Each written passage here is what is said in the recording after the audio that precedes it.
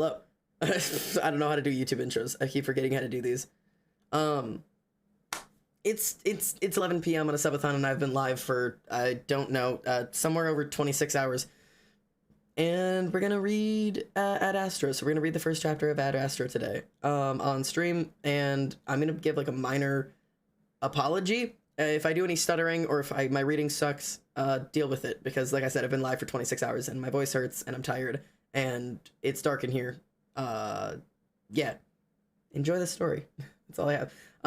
Ad Astra is written by Hellenite on AO3. Please go read that from the actual source. Leave some kudos, put it in your bookmarks, whatever you want to do. Follow Hellenite on Tumblr and all of that good shit. I will post the link to the actual website, or to the actual fic, both in chat right here and also in the description down below. For you YouTuber motherfuckers. Oh, my poor laptop. Okay. Okay. For chatters, there's that in case you need it. That's a deny. Hi, yeah, hi YouTube bitches. I love that for you. My mods are watching you. Question mark. And if not, I'm watching you. Hi YouTube. Yes, yes. Okay, okay. You fucked up so many honey hearts. Okay. Oh my god. I'm take a sip of water. I'm overly anxious about this. Oh, it's almost midnight for me and I'm tired currently reading that myself, so I don't really want spoilers. I'm gonna go. Good night. Sleep well, mate.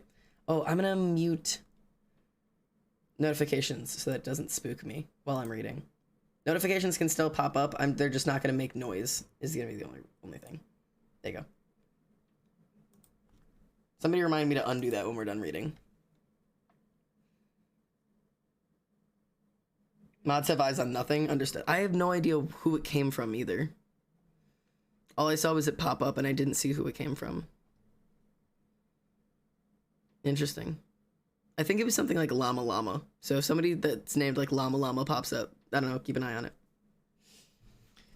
Okay. This is Ad Astra. The summary is Tubbo is a smuggler who really only cares about having fuel in his tanks and making it to the next soul cycle.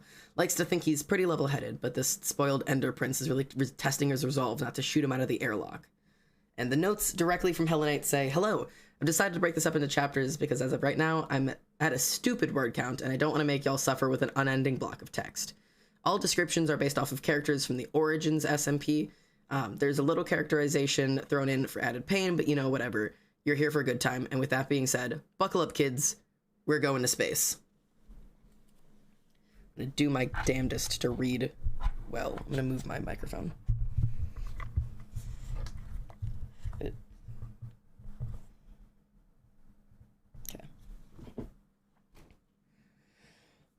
Story time. Chapter 1. Nebula. There is no easy way from the earth to the stars. Seneca the Younger, Hercules.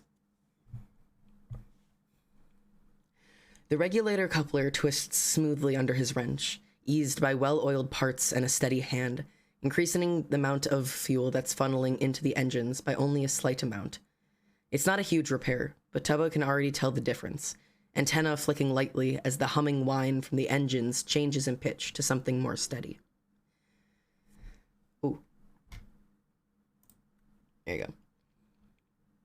He grins and flips the wrench into one of his lower hands, clambers out of the maintenance hatch in the floor, and toes it shut with a socked foot so he won't accidentally fall into it later.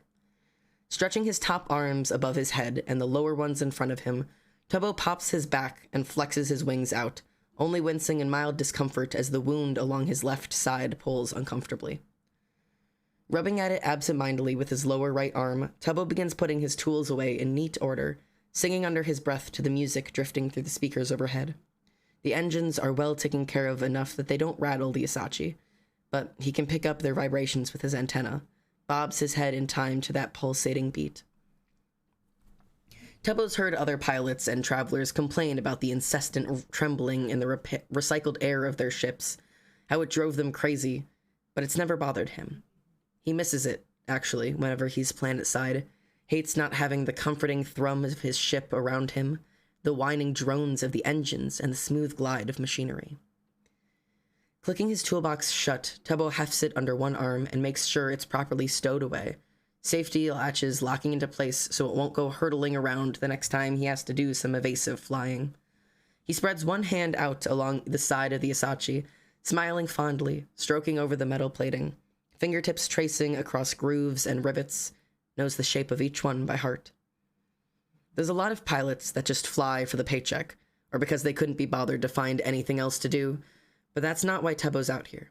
Not why he bitches and groans anytime he actually has to land. He's a pilot because he loves it. Because there's nothing like hurtling through the black expanse of space with 1,000 winking stars around you, or navigating the tricky, tight press of asteroid belts. And any good pilot worth their toolset knows without a shadow of a doubt that their ship isn't just a piece of machinery to get you from point A to point B. It's a partnership, a bond that can never be broken, and as long as Tubbo takes care of the Asachi, it will take care of him. Their mutual trust keeps them both moving and out of danger, and that's all he could ever need.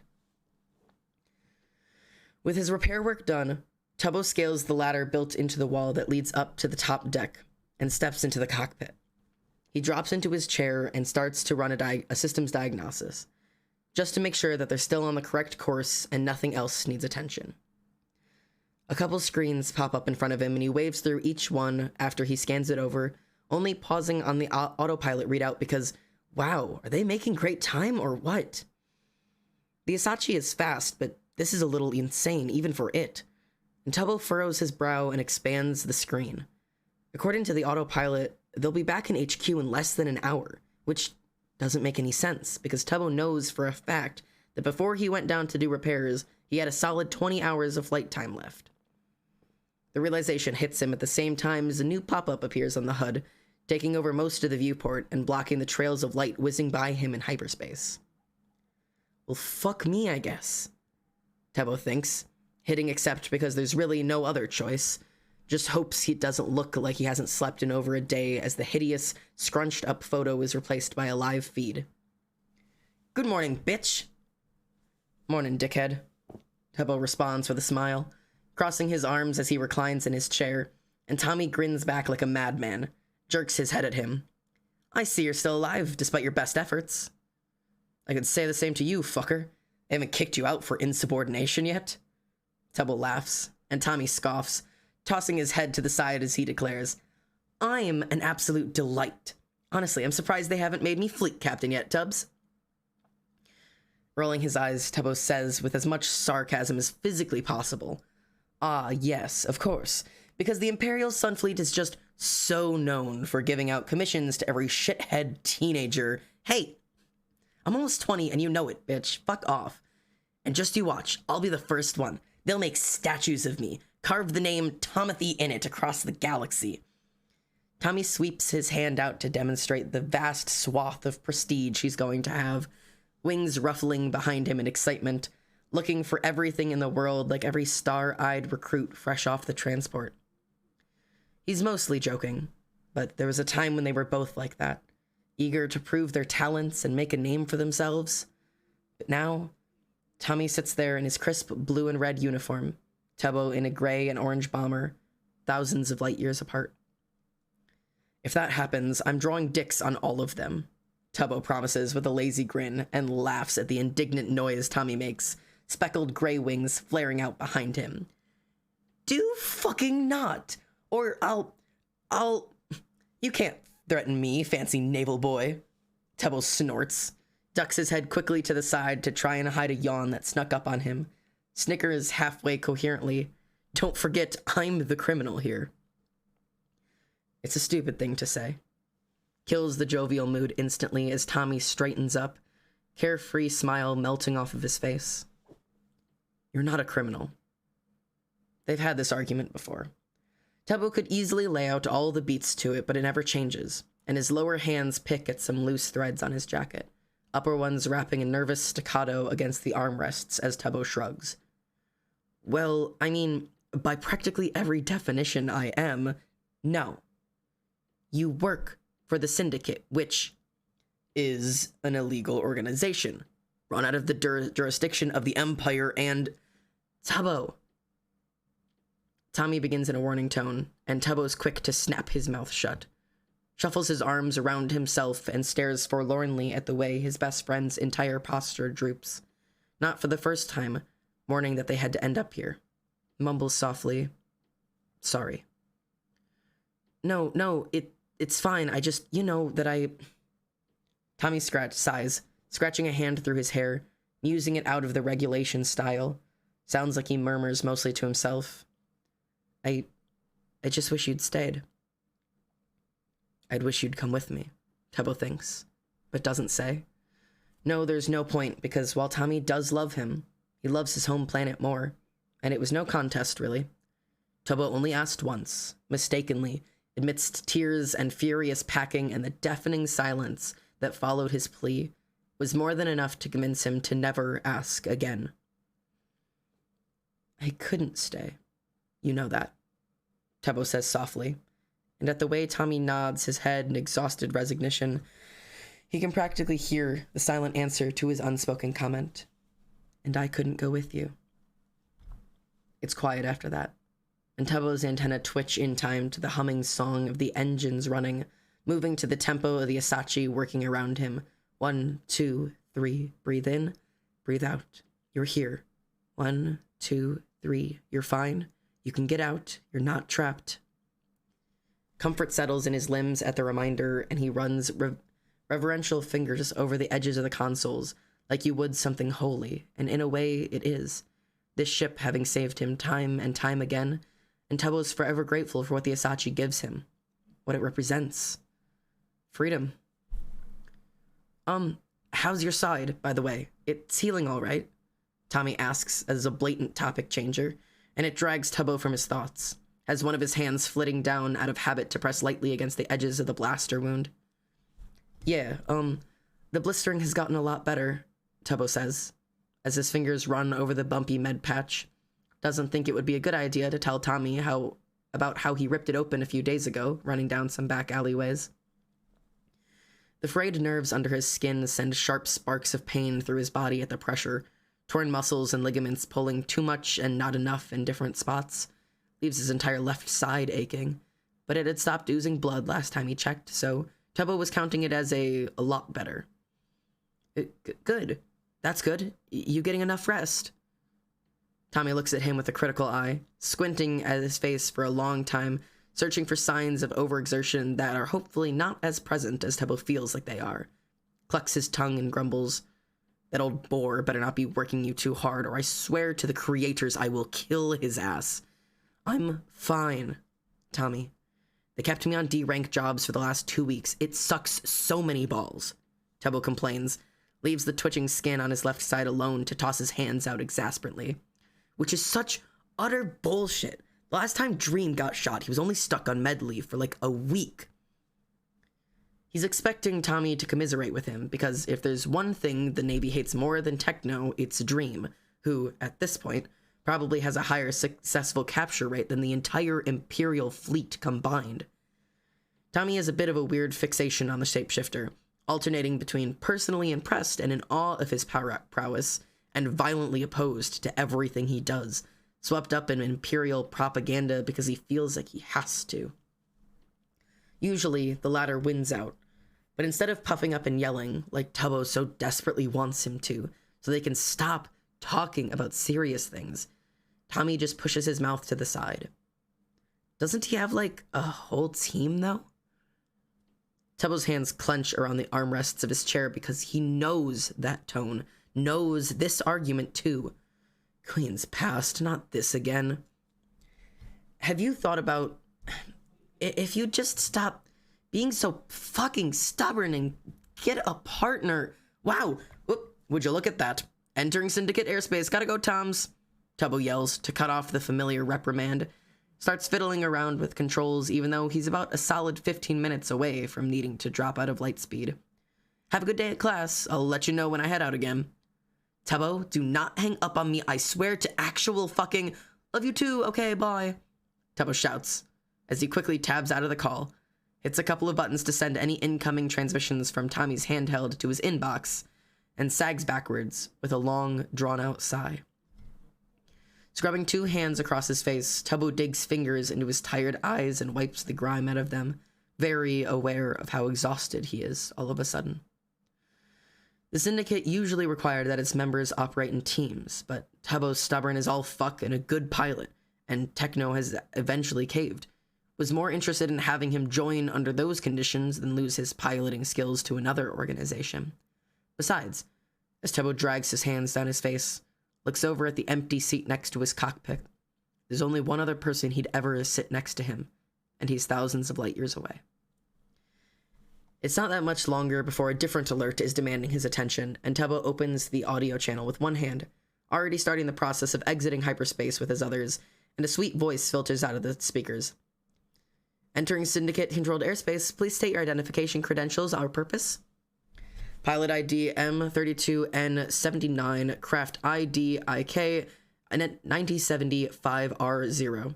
Tubbo recites absent-mindedly, easing back on the throttle as the engines wind down, the blinding flash of hyperspace blinking out around him as HQ comes into view. The great hulking shape of it backlit by a red giant. Other ships passing him on their way out or back in, and Tubbo grins. Takes over the controls as Nikki says with a clear smile in her voice, "Cleared for landing in Hangar 6. Welcome home, Tubbo."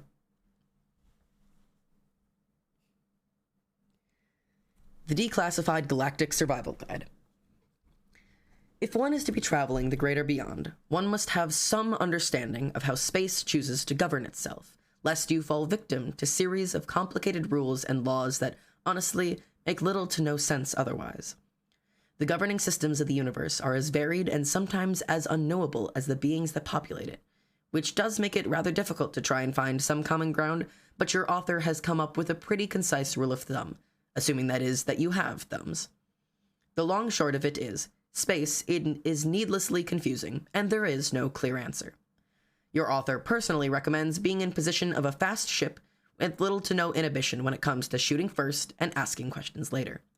But, if pressed, would argue that at this present moment, at about 70,000 light years beyond the event horizon, as the universe is always expanding and growing more complicated by the nanosecond, that the largest governing powers would be divided between the Kai-Pao of the Tantaran IV and the Verband Eisen, a common garden snail, and the Sun Empire of Nerox.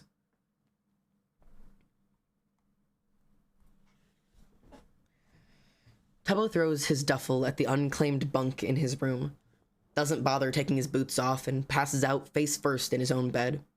He's still asleep for maybe half an hour before he starts getting too hot, props himself up enough to jerk his jacket off, and then flops back over, but something's still not right. He tosses and turns for a while, eventually gets fed up enough to yank a pillow and blanket off of his bunk, spreads them out on the floor, and lays with his back up against the bulkhead. The metal plating is freezing against the bare skin of Tubbo's back around his wings, just like the dark expanse of open space, and he hums sleepily, presses a palm against the floor to feel the vibrations of the space station working underneath him, is out within seconds. He usually dreams about flying, adrenaline and pure elation pumping through his body as he navigates close quarters, the rush of having to make split-second decisions and calculations, the familiar shape of flight controls under his hands more instinctual than anything else has ever been.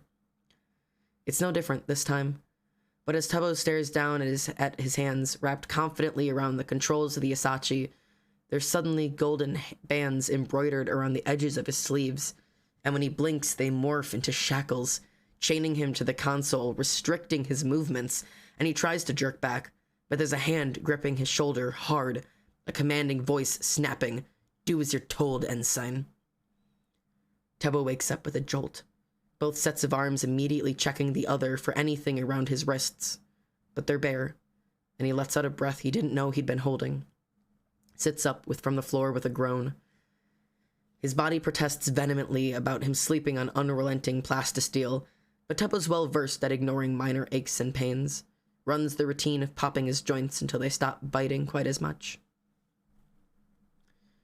His blaster wound is really twinging as he gets to his feet, but there's no blood soaking through the med patch when Tubbo pulls his shirt up to check, so he leaves it for now, more distracted by the hollow aching in his stomach. Tubbo fumbles his jacket from the floor and stumbles out of his room, wincing at the bright lights illuminating the hallway as he tugs it on. Most of HQ is made up of a neutral-colored plastisteel, something closer to a warm gray, and not the eye-aching, vibrant white that the Imperial fleet uses. And it's not so sterile, because unlike the fleet, there's not really rules here on what they can and can't do. There are several dorm halls in the station, but this one has been Tebo's personal favorite to live on. When people are home and not sleeping, they leave their doors swished open, giving brief glimpses into the small spaces they get to call their own, always welcoming to anyone looking to drop in for a minute. Personal preferences and decor styles bleed out into the hallways, posters going up on walls alongside small hollow stills, creating a colorful, glowing collage that Tebo smiles at sleepily while he walks past. Queens know what the local time is, not that it matters.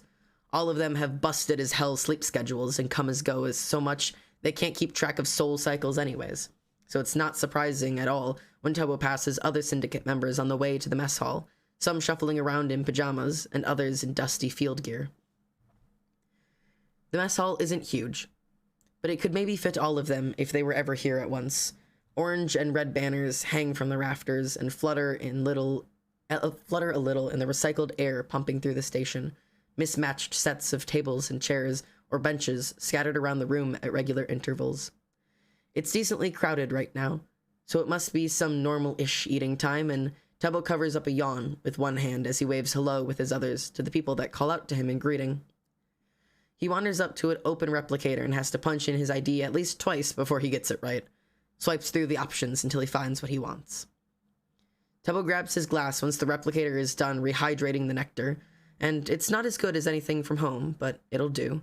And he's looking for somewhere to sit when he hears, "Yo, little stinger!"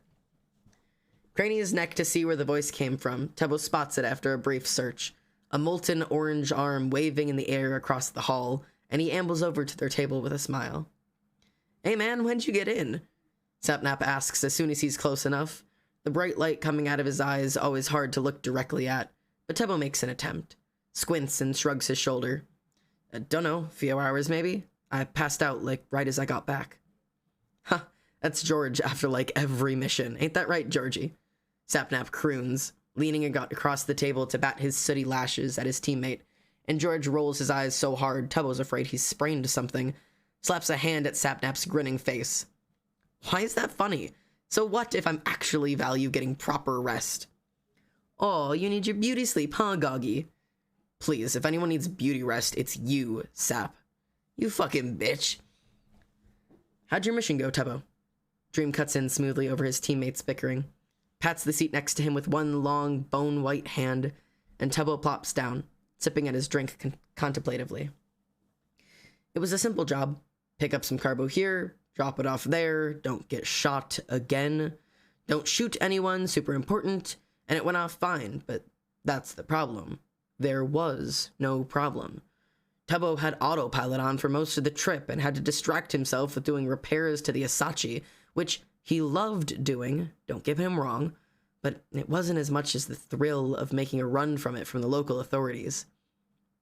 It was okay, kinda boring." Tebo eventually settles on, looks up at Dream's vapid, never-changing smile, and the shifter hums, tilting his round head to the side. "Techno still got you on D ranks." "Yes," Tebo groans, dramatically collapsing backwards into the tables, sticks his chin out and pouts at nothing in particular. He hasn't had to do D ranks since he first joined, and even then, it was only for a week, just so they could make sure he wasn't going to cut and run with whatever profits he made before paying out his share. Dream makes a sympathetic noise next to him, long fingers tapping a beat against the tabletop. "I'm sorry, I know that must really suck. Have you tried talking to him?" "And what am I supposed to say to the fucking Blade? You know how stubborn he is." Tebo snips, rolling his head to the side to half-heartedly glare at Dream's never-changing face, the cartoonish smile and dot eyes so out of place for most conversations, this one included. "Dude, just be upfront. Threaten to quit or something."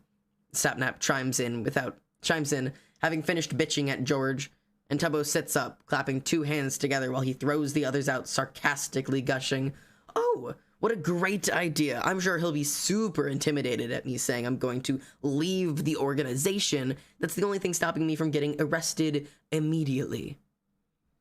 Oh, right. Sapnap deflates a little, likely because he forgot that not everyone here is like him, that most people have records and rap sheets and someone dogging their tail, that a lot of them are here specifically because Technoblade, the blood god, scourge of 17 systems, has got enough infamy and clout to drive off practically anything with a functioning brain stock. Hey, Sap's got a point. Not the threatening bit. Dream's voice goes sharp in reprimand when Sapnap perks up, and he folds his arms together, grumbling under his breath as Dream uses a gentler tone when saying to Tebo, "Directness is probably the best way to go with Techno." One of his hands lightly touches at Tebo's shoulder, there for the briefest second, but it feels like Tebo's been electrocuted. All of the overwhelming energy Dream radiates zapping under his skin, and the shifter tips his head to the side, says kindly, "You've been with us long enough. Now listen to what you have to say." Tebo snorts around the edge of his glass, isn't so sure of that himself, but doesn't press the issue. Lets the conversation flow on to other things. He listens raptly while the other three regale him with their latest missions and bags, living vicariously through their stories, even though bounty hunting has never been his favorite. Just hearing Sapnap excitedly tell him about some chase through a crowded market, having to dodge blaster fire and the searing hot reach of thermal blades as Tebo on the edge of his seat, antenna perked forward at attention, wings flared open a little and quivering behind him. He's missed the thrill of the chase so badly. Wants to feel the heady adrenaline of swerving photon blasts, the unmatched elation knowing he's outflown them, that he's good and fast and he left them in his star trails. It's more than that. It's that more than anything else that convinces him to message Techno, and Tebo taps out a quick message on his way back to his room, chewing on his thumb absently while his other hands type.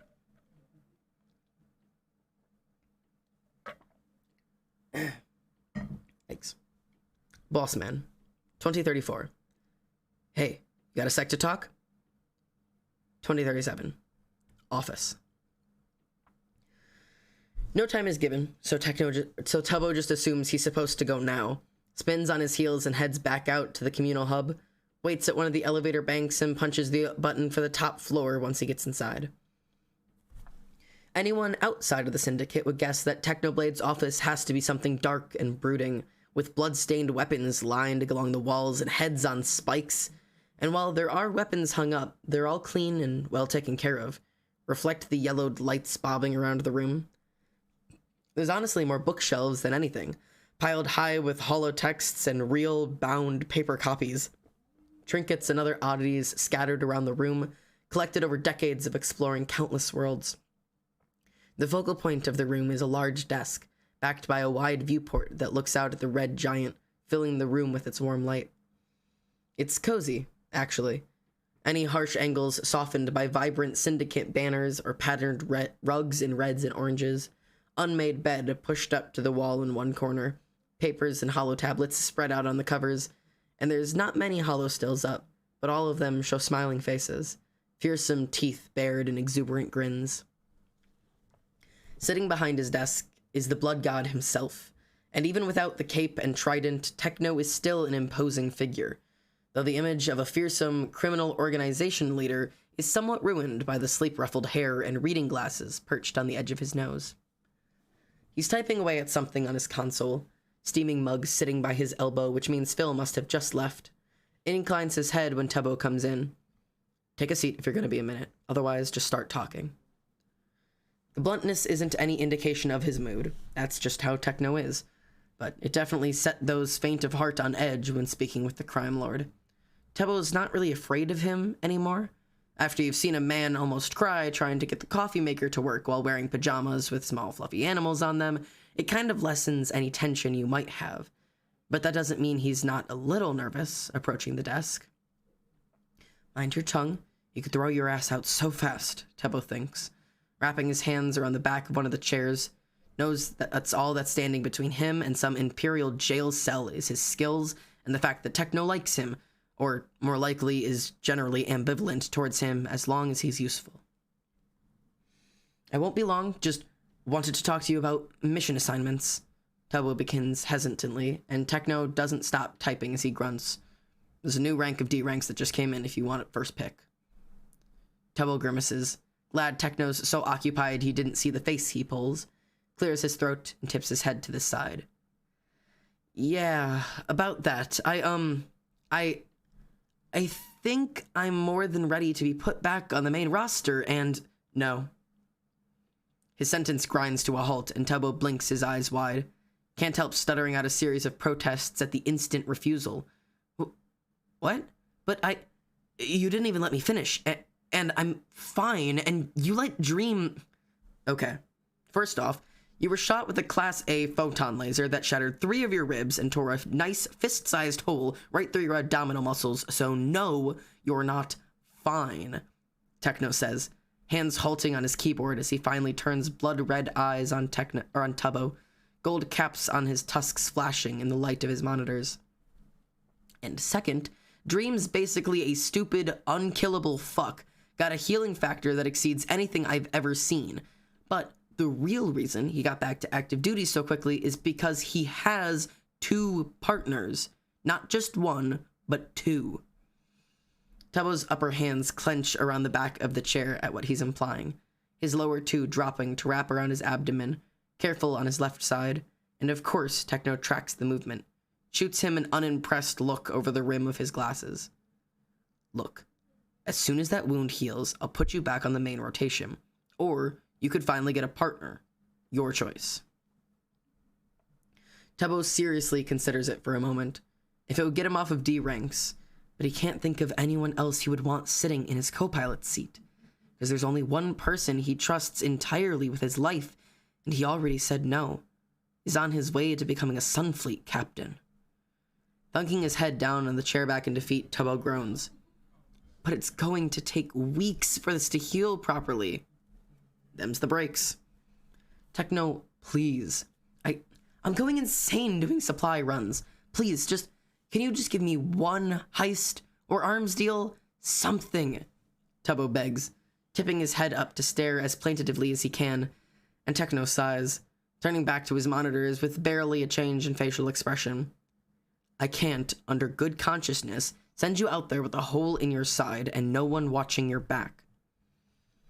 Irritation spikes through Tubbo because everyone always acts like he can't take care of himself, that having another pair of eyes is going to do any better at keeping him out of harm's way, and he can't help snarking in frustration.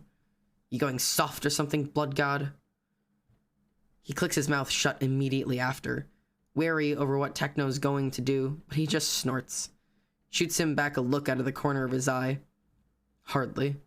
You're just a good pilot and not a complete idiot. You pay out your share with no complaints and aren't miserable to work with. It would be an inconvenience if you died, so I'm trying to prevent that from happening. Well, I'm going to die if you keep me on D ranks. Tubbo fires back, knows it's a weak argument, watches Techno's lips curl up in a small smile as he says, nah, you'll be fine. Tubbo doesn't know what to do now. He said his piece and Techno refused. So he rakes frustrated hands through his hair trying to decide if it'd be worse to pick a new D-rank supply run or stay at HQ until his side healed completely. Both sound absolutely terrible, and Tubbo wrinkles his nose. Heart rate starting to pick up because he feels like he's trapped. Like there's nowhere for him to go, no way out, nowhere to go, just do as you're told and sing. Look, I'm not trying to be uncooperative here. I think I'm a pretty reasonable guy, but I'm not sending you out on anything dangerous. But look, there's this A rank. Yes, Tubbo says instantly, shooting forwards to practically hang over the chair back, wings fluttering behind him excitedly, and Techno rolls his eyes. Don't get too excited, it's just an escort, but it pays nice, and here, just read it. He types a few commands into his keyboard, flicks around the hollow screen, and Tubbo moves to drop into the chair that he's been standing behind, absent-mindedly chewing on one thumb while he flicks through the mission parameters. Pick up here, drop off there, blah, blah, blah, heart seizing in his chest when he sees typed out in bolded block letters, drop off location, Nerox Sunfleet Academy. Sunfleet. Nerox. Tommy. Queens, he could see Tommy. It's been about 3 rotations since Tubbo's seen him, because Tommy is too busy with school and Tubbo can't go anywhere near Nerox anymore. But if he's there on official syndicate business, the High Council will have no jurisdiction over him despite the active warrants out. He could finally see Tommy after 3 rotations, get to give him a real hug, hear his laughter without the snap and crackle of long-distance static, and Tubbo hardly pays attention to the rest of the file. Already knows he's going to accept it for that reason alone. But then, he makes it down to the payout, and his eyes blow wide. Queens of ages past! Ah, I see you've reached the bottom. Is this... There's no way this is real, Tubbo explains, looking up at Techno in disbelief, and the man shrugs. They may be Imperial dogs, but the Ender are always good for their money. Only reason I didn't toss the request out. Tubbo snaps his head down to the last line, counts and recounts the number before saying incredulously, 10,000 credits? Yeah. You taking it or not? Techno asks, one eyebrow cocked like he knows it's a stupid question, and Tubbo laughs, quick and sharp, because it is, shakes his head and lets the hollow scream drift back to the other side of the desk. Of fucking course.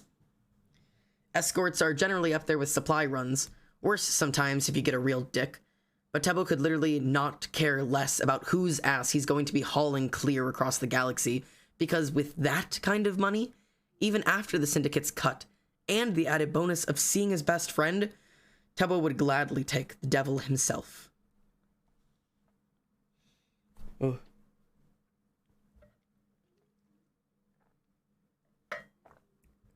Small moment to sip my coffee, my apologies. I hope y'all are enjoying so far. I hope my reading isn't too bad. And good night to those who have gone to bed. Readjusting myself. I'm loving it. I'm so glad that you're so deeply invested in this. I've cried twice though. God, I love your emotional investment. It makes me so happy. All right. The Declassified Galactic Survival Guide. When modern archivists are attempting to explain Nerox's supremacy in this age, they often cite that it was Neroxian scientists that discovered and perfected light speed technology, thus providing an elegant answer that couldn't be further from the truth. Lightspeed technology was developed across a slew of planets and systems, but under the well-oiled machine that is Neroxian imperialism. Such innovations were easily lumped beneath the Sunlight banner, any and all names lost to the flow of time unless they were of proper Neroxian heritage. Since then, the Imperial Sun Fleet has been the leading force for continued research into spaceflight, along with its greatest patron, as the Neroxian Empire funnels most of the Empire's as the Neroxian Emperor funnels most of the Empire's available funds into this institution. With a vast array of planets to draw resources and taxes from, it comes as no surprise that the Sun Empire is one of the richest in the whole universe. But the largest contributor to this overall wealth is a seemingly unassuming, honestly miserable, frozen little hellhole at the far reaches of one of the galactic arms. Anwal is generally one of the most depressing places to ever exist, shrouded in darkness for half of its solar year, which is 8 times the length of literally any other inhabited planet, and should have little to nothing to offer to the galaxy. But unfortunately, it is the only place that grows end crystals. Like most other sensible planets, grow weeds. Oh, my throat is already I'm gonna lose my voice.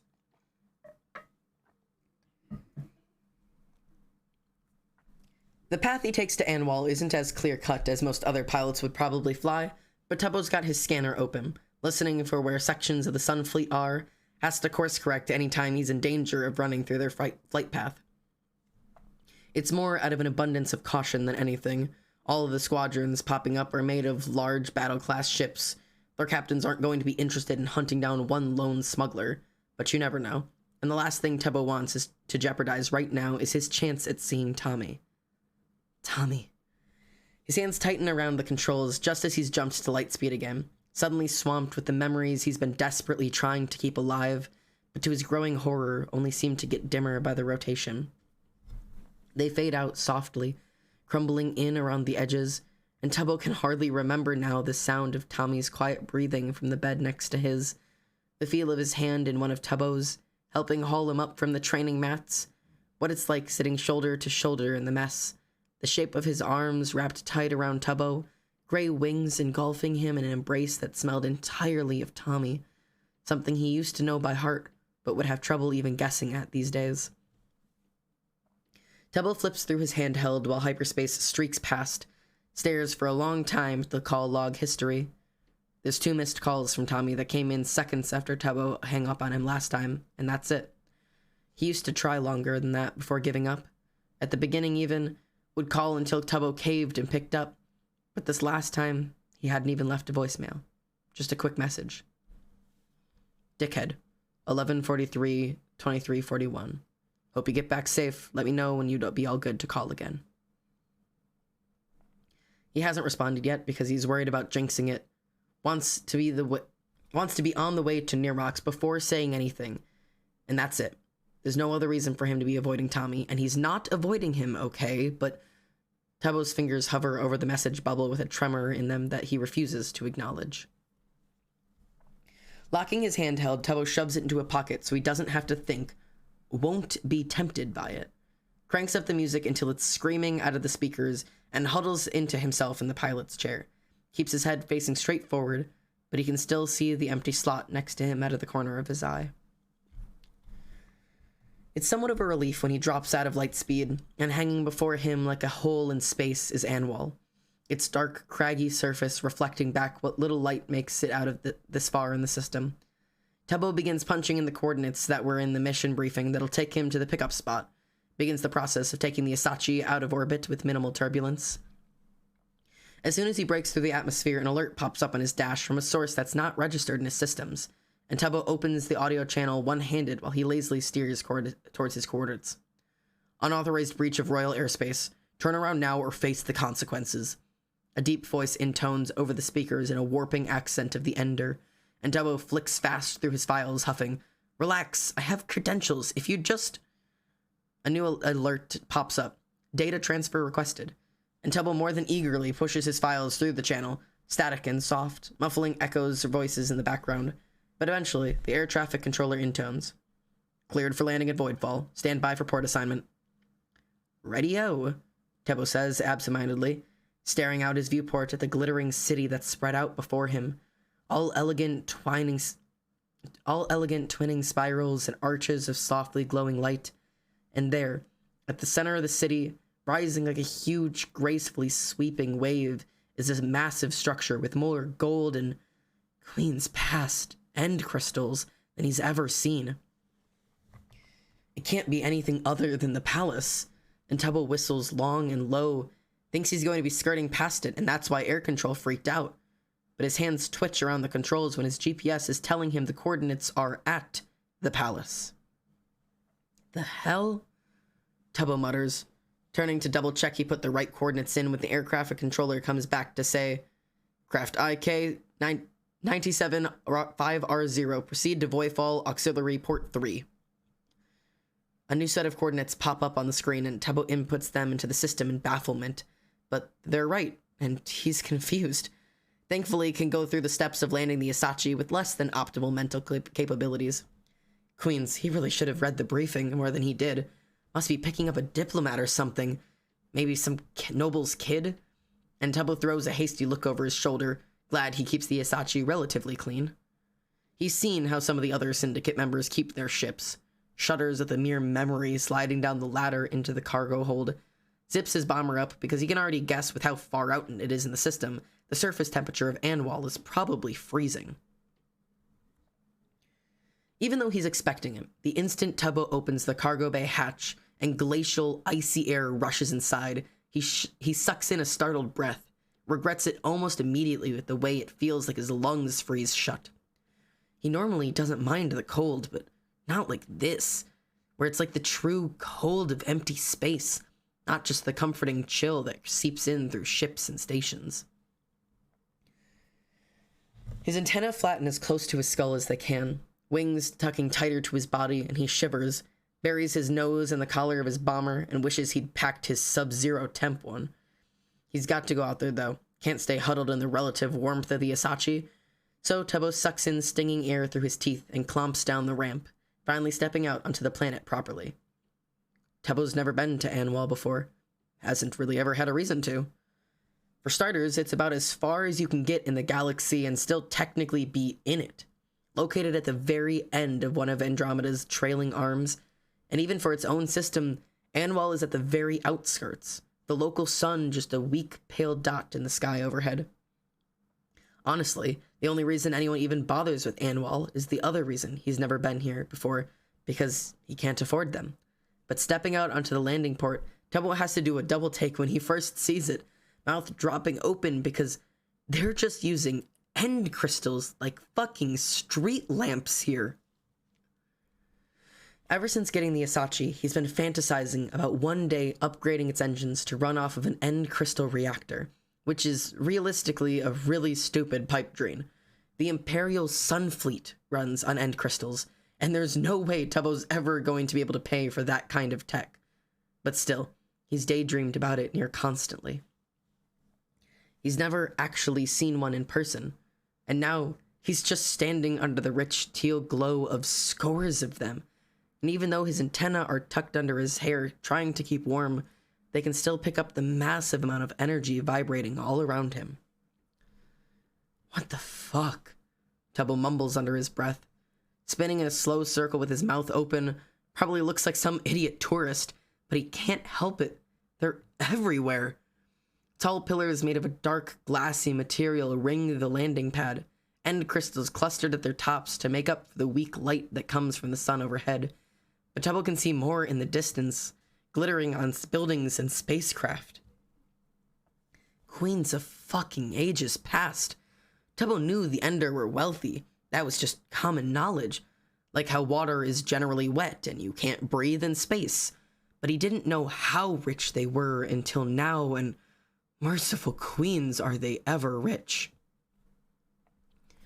Tubbo's drawn out of his boggling when he sees a figure moving out of the corner of his eye, spins quickly with one hand dropping instinctually to a blaster at his side, but relaxes once he's made out the tall, willowy figure of an Enderian. They're dressed fancy, well-tailored clothes in teals and purples, brooch with a small end crystal glittering at the high collar of their shirt, and Tubbo figures this has to be his client. Shuffles himself up straight in a more presentable posture and sticks a hand out. Hey, I'm Tubbo. I'm gonna be your pilot. The Enderian doesn't even move to take his hand, which is not a good sign. Just glares down their nose at him with narrowed green eyes, something imperious and condescending in every line of their face as they drawl. Pleasure. We'll begin loading His Highness's things immediately. You should plan to take off in half an imperial hour. Wait, you're not... His Highness? Tubbo stumbles out, but the man is gone, disappearing in a rush of purple particles, and as more Ender pop in carrying bags and crates, he might think, potentially have a problem, that maybe he should have read that mission briefing a bit more closely than he did.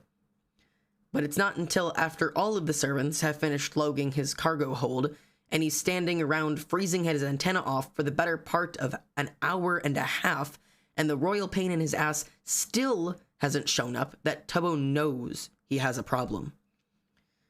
Blowing air into his cupped palms to try and warm his frozen fingers up, Tubbo eyes the crates stacked in his hold, most of them inlaid with a faint sheen of bright teal, and wonders how much he would get for those bare scraps of end crystal, if it would be worth it to just hightail it right now, before he can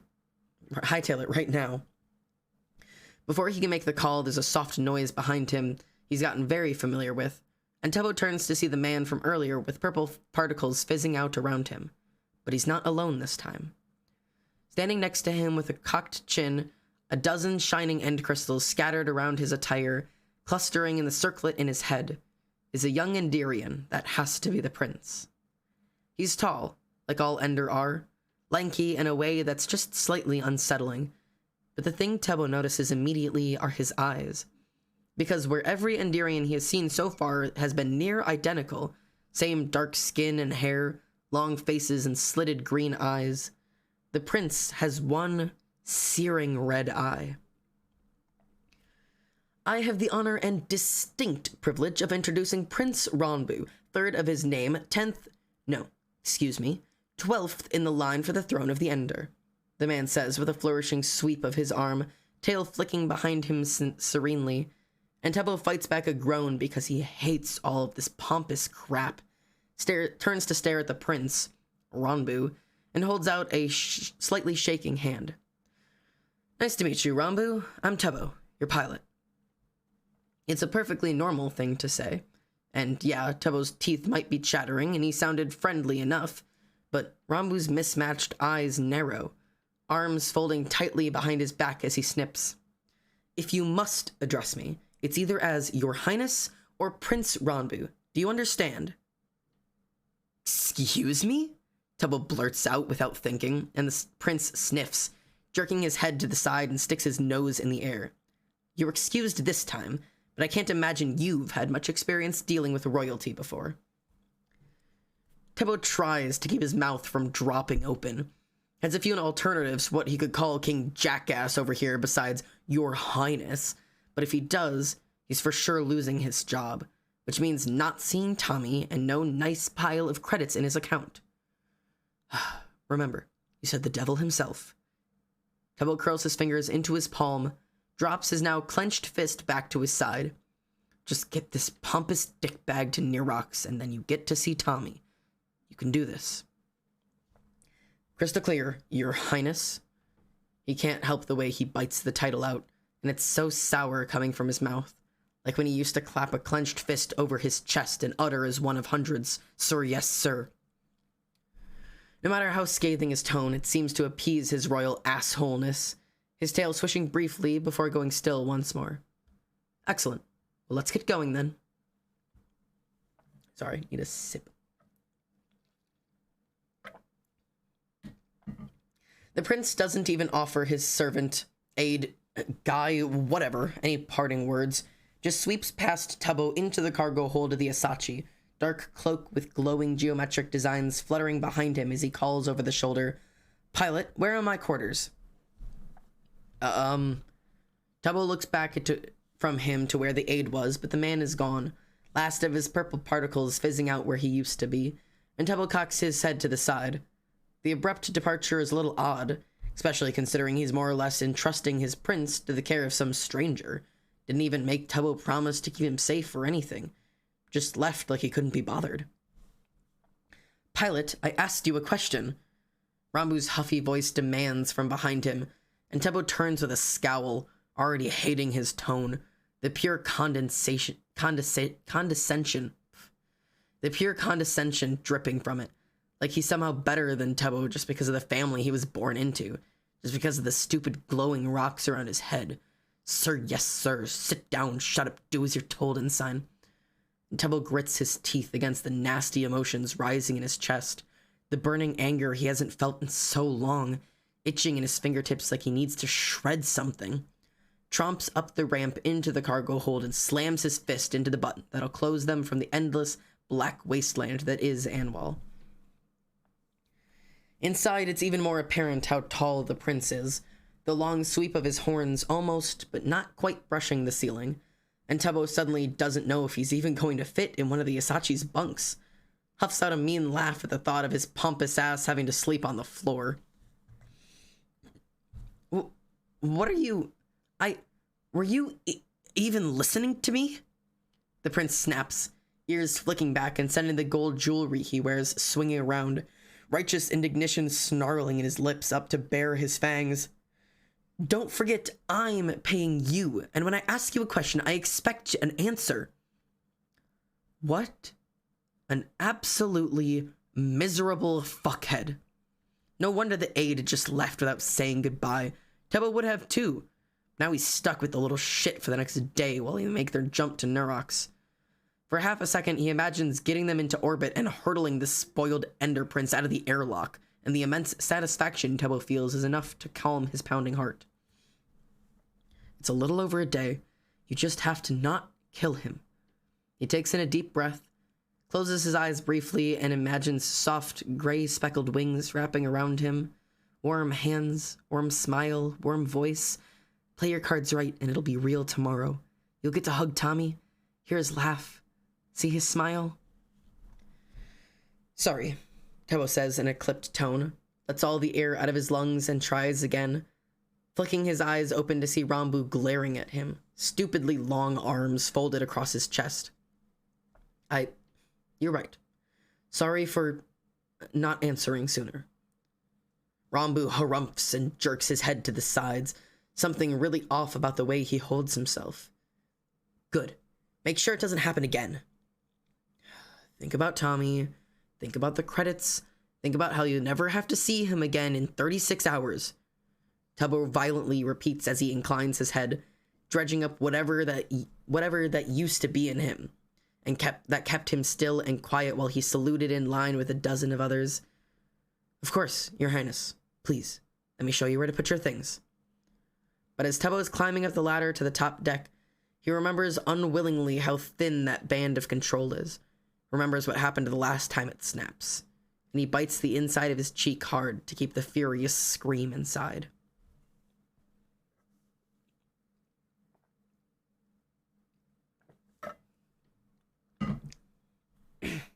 Lord.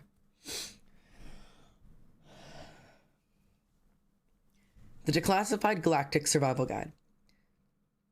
To speed along its ever-growing borders, the Sun Empire has to have one of the biggest and bestest fleet in the galaxy. And to have the biggest fleet in the galaxy, you need scores and scores of willing applicants. And thus comes the other area of expertise that Nerox wields like a fine blade. Propaganda. It is much easier to inspire hordes of faithful followers if you tell them what you want them to know, rather than what they should know. And that is what the Imperial Sun Fleet does. Goes around giving inspiring speeches in small towns throughout the galaxy, dazzling impressionable youth with shining medals and gold bands on their sleeves. Who wants to be a farmer when you could be a Sun Fleet captain? Sail the stars on a battle cruiser larger than your entire town. See the whole galaxy. Protect the weak and meek and be a hero. And every year, countless teenagers flock to Nerox, hoping to earn a commission in the illustrious ranks of the Imperial Sun Fleet. The real kicker, though, is that less than half of those starry-eyed recruits make it out of Ensign, and fewer than that even make it up to the helm, because what Nerox is searching for isn't your ability to do your job with any degree of proficiency. It's how good you are at following orders and not questioning them.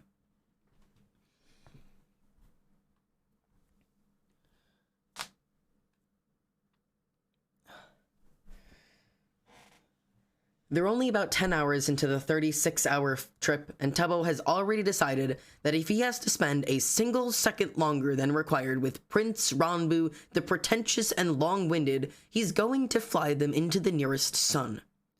The little shit has already complained about practically everything in the Asachi, from the color palette to the lack of space. Bitched about the bunk Tubbo pointed him to with little fanfare, and if it was literally anyone else, Tubbo would feel sorry for them, because Ranbu can't even sit on it properly without banging his horns into the ceiling. This is absolutely ridiculous. Ranbu snapped where he was bent nearly in half, and Tubbo didn't know what the fuck he wanted him to do about it. Fucking remodel the Asachi while they were in hyperspace? Shrugged his shoulders and repeated one of Techno's adages, "Them's the breaks." After enduring an impassionate rant about how that had to be breaking Imperial OSHA guidelines for spacecraft, Tubbo made up some bullshit excuse that he needed to go check on things and beat a hasty retreat to the cockpit. Was patiently more mouthing along to the talking continuing behind him. He'd plotted a direct course to Nerox, and after checking that everything was running smoothly because he was a good pilot, Tubbo just kicked back in his chair, swung his legs over an armrest, and absentmindedly fiddled with a puzzle cube in the relative peace and quiet. Since the mission was now officially underway, Tubbo wasn't worried about running into any Sunfleet cruisers, because if he got pulled over, he could flap his mission papers at them, and as soon as they saw Techno's horrendous scrawl at the bottom, they'd back right off. Or, alternatively, he could just throw Ranbu at them and jump back into hyperspace while he talked the Sunfleet brass to death. Tubbo has never met another being that talked quite as much as him. It would almost be impressive if it wasn't so fucking annoying, and it never stopped, like he was trying to fill up empty space with how great he was in case you had forgotten in the last couple of seconds of silence. He was probably just used to having courtiers around that fawned over him, servants that had no other choice but to smile and nod and make him feel special, and Tubbo was committed to being at least civil, but he wasn't going to kiss the brat's ass. Hey, pilot, your ship's Wi-Fi isn't working. Speak of the devil, Tubbo thinks with a snort, barely holds back the sigh as he calls, that would be because I don't have it. Seriously? Do you have any idea how expensive that is? I can't afford that. Tubbo shoots back without thinking, forgetting that, duh, of course he's got no idea. He's a prince from one of the richest planets in the entire galaxy. Probably can't name the price of a single item in the Asachi if his life depended on it. I've got a deep space transmitter if you need to make a call or something. No, thank you. Ranbu sounds a lot closer than he has been, and Tubbo sits up in apprehension, sees him hovering outside the entrance to the cockpit, fancy-looking hollow tablet clutched to his front, tail uncurling and curling around one of his legs. There is nothing Tubbo wants less than Ranbu in his cockpit, just touching things with his stupid long fingers and sniffing in disgust at everything. Figures if maybe he plays along, he can get the asshole to leave him alone.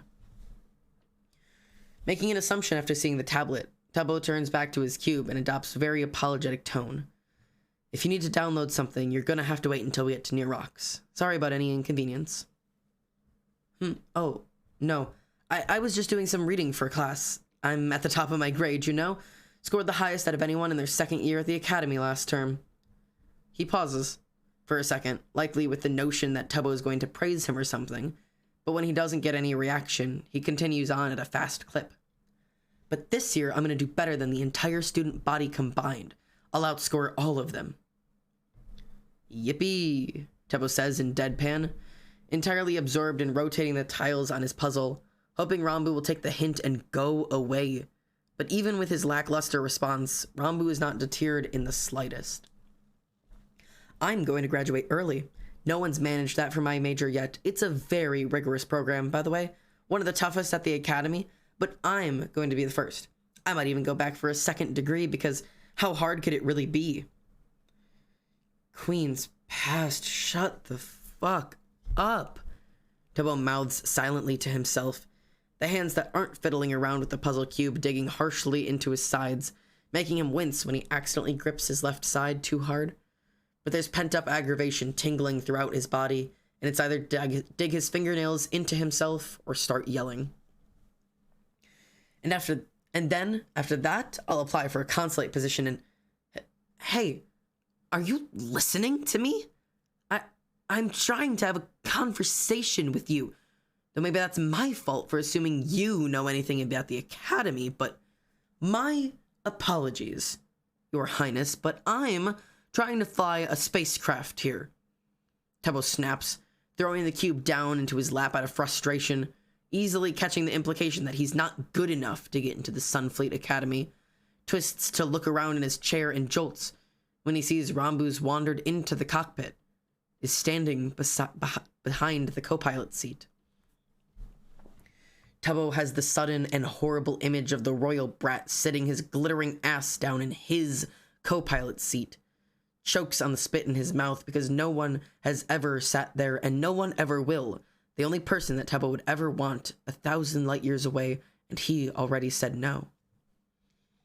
But thankfully, Ranbu remains standing. Just looks down to how Tubbo's sitting, eyes flickering between the brightly colored cube in his lap, to his legs thrown over the side of an armrest, and then up to where the autopilot is clearly visible in the HUD, and looks somewhere by Tubbo's head, and arches a brow in disdain. I'm so much better than you, that look screams. You are the dirt under my heel. And Tubbo's fingers clench to the point of bruising on his sides. Never were gonna be anything. The rolling mass of searing hot anger rising in him like a backlogged engine block. A nobody going nowhere. It's really complicated stuff. I won't bother you with an explanation, Your Highness. Tubbo simpers, batting his lashes at him, and he's expecting Ranbu to bitch and rage, maybe throw out some petty one-liners, but he goes absolutely still, body untensing in the weirdest way. It's like any personality he had is gone, and Tubbo's pretty good at reading people. You have to be to survive in this line of work, but he can't get a read on Ranbu at all anymore. Like he's completely void of emotion. Not a single sign of life in him. Rambo tips his head to the side with a vapid expression, disturbingly bland and congenial smile on his face. Naturally, I imagine it's quite hard simplifying your entire craft down to its most basic essentials, especially when it's something you are so familiar with, know both inside and out. What are you getting at? Tebo snaps. Feels like he's missing something here, and finally sits up to face Rambo properly, who merely shakes his head. Nothing but blank disinterest in his eyes. Nothing at all? I'm simply expressing an understanding of the limitations one such as yourself must subsist under. Right. Tubbo trails off uncertainly, brows scrunched together because it really feels like there's some conversation going on he's not aware of. But after he repeats what Rambo just said a few times to himself, his eyes go wide. Wait, are you calling me stupid? Oh, I would never. What a terrible thing to say, Rambo says in a hollowly polite voice, turns on his heel without so much as showing a single sign of a comprehensible emotion, sweeps out of the cockpit with an airy, I'm going to try and rest for a while. Do work on keeping us on a stable flight path, if you can. Tubbo watches him go with his mouth hanging open, heat rising to his face with how angry he is, and as soon as the door to the sleeping area swishes closed behind Rambo's stupid golden heels, Tubbo hunches over, fists fingering his hair, and screams soundlessly. Queens of fucking ages past, he hasn't been this blisteringly, achingly, completely, all-encompassingly furious in such a long time that he's a little lightheaded. Hasn't felt this out of control since he had gold bands on his sleeves and wasn't his own person. He needs to hit something to feel the sting of his knuckles and get some of this poisonous hate out of him. But they're in the middle of deep space. There's nowhere for him to go, and Tubbo's not about to unload his frustrations on the Asachi. Feels trapped and panicked and pissed off. He fumbles his handheld out of his pocket with shaking hands and just begins typing faster than his enraged mind can keep up. Dickhead, 2354. You wouldn't believe the amount of bullshit I'm having to deal with. This new mission is driving me up the fucking wall. I can't end this fucking dick has the audacity to tell me I'm not good enough for fucking Sunfleet. Like, they're not the actual trash of the universe. And he treats me like I'm some fucking backwatered idiot that's just jumped into a flight seat and hit the ignition. I'm going to kill him. I'm actually going to kill him, and the jail time will be worth it. Tubbo lets out a shaky breath and lowers his handheld, and he's still upset, hands tremoring faintly, but some of the frantic urgency to do something is gone. Tipping his head back against his chair, he takes a few seconds to calm down. Breathe in, breathe out. You're okay. Breathe in, breathe out. It's fine. You're fine. Feels a faint vibration and snaps his head down immediately. Dickhead, 2357. Christ, go off, I guess, King. You doing another supply run?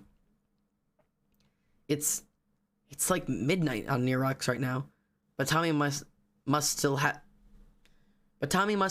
it, so Tubbo's message always goes through with his handheld, even when it's in sleep mode, and he huffs out a tremulous laugh because Tommy knows him so well, tapping out a response. Dickhead, 2358. No, escort this time. Client super rich and super spoiled. Damn, what the fuck he like to piss you off this much? Take every entitled dick in top brass times 10. Holy fuck. Rip you, I guess. I'm suffering. Help me, you dick. Wanna call? Swiveling to check that the door at the end of the Asachi is still closed, Tubbo types back yes before going in and lowering the volume for the call preemptively, making sure it's only coming out of the speakers in the cockpit and not the whole ship. A second later, and the horrendous, scrunched up face picture of Tommy is up on the HUD, and Tubbo grins, already feels some of the tension bleeding out of him as he hits accept, and then the entire cockpit is flooded with that too loud, boisterous voice. Hello, bitch! Hey, dickhead.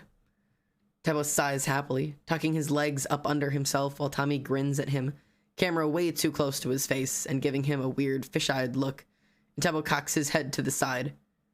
You in bed or something? Yeah, because I've just got done fucking bitches, Tubbs. It was off the wall. You have no idea, man. You got a PT to test tomorrow. Tubbo interrupts with a cheeky grin, and Tommy clicks his mouth shut, thuds his head back against the pillow, muttering sulkily, "No? Maybe? Yes." "Ha! Sucks to be you," Tubbo crows, enthusiastically flipping off Tommy with all four hands, while he struggles to get just one free where he's trying to keep his hand held steady. The video feed pitches around wildly, Tommy biting out curses as he tries to write it, snapping over Tubbo's delighted cackling. "Oh, would you shut up, you ass? You've got it worse than me if you're spam texting me this much." With a groan, Tubbo sags back in his chair, jerks around quick to make sure the door is still shut, and whispers as loudly as you can, "You've got no idea. He's really just the worst, Toms. You can't even begin to imagine." "Is he worse than the corporeal Danzir, the old piss bag?" "Oh man, fuck that guy, but yes, I didn't think it'd ever be possible, but somehow he manages." Tubbo seethes, hands flying around while he rants, getting swept up in his frustrations. He's so spoiled. Thinks everything should just be fucking handed to him. Can't shut the fuck up about himself. It's insane. And on top of that, everything. He's so rude. Queen's past, he bitched me out the first time we met because I didn't use his title properly. Oh, for the love of Christ. And he refuses to use my name. Just keeps calling me Pilot, like I'm some sort of servant or something. Tubbo gripes. Hadn't realized how much had been bothering him until he voiced it. But now he can't stop thinking about it. How Rambu acts like he's not even worth the energy it takes to exist. Fuck. Queens, I just hate him so much. It's so bad, Tommy. Just the way he talks to me, it's like being back there. Tubbo stops himself before he can say any more. Eyes suddenly stinging, and he ducks his head. Thought he'd stamped all of that down, that it wouldn't be coming back up, but here it is, crawling to the surface with nasty little claws that sink into his mind and threaten to drag him back down there. Calm down. Get a hold of yourself. Sit down. Shut up. Do as you're told, NC.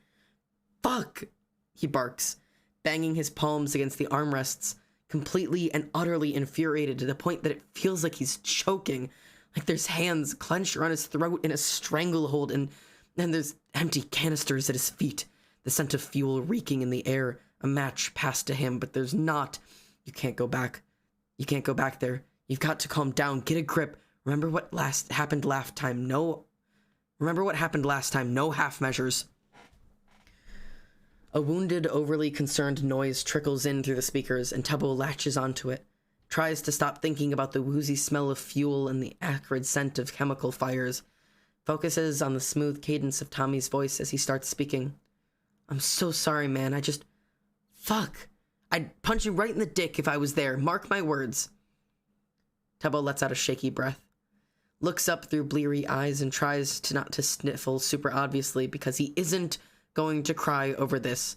Not because of stupid motherfucking Ranbu, Prince of Dicks. Tommy just smiles at him sadly, like he knows what he's thinking. Says softly, "It's gonna be alright, Tubbo. Just try and keep away from him, and I know it's hard, but don't let him get to you, man. You're the best pilot I've ever known, and smarter than half the idiots in my class. This dickhead doesn't know shit." "You're only saying that because you know I'd shoot you otherwise," Tubbo mumbles, scrubbing the sleeve of his bomber across his face, a little bit of joyful pride kindling in his chest when Tommy barks out a startled laugh, cackles, "Uh-oh, big man over here with a scary gun." Looking back up at the image of his best friend's grinning face, stupidly warped by how close the camera is to him, makes such intense longing spike through Tubbo that he feels like the wind's been knocked out of him. It hits him then. The fact that he's going to be on Near Rocks tomorrow.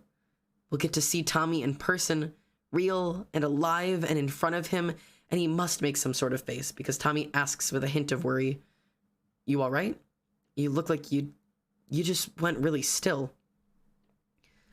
Yeah, I didn't want to, jinx anything, but Funny story, I'm actually going to...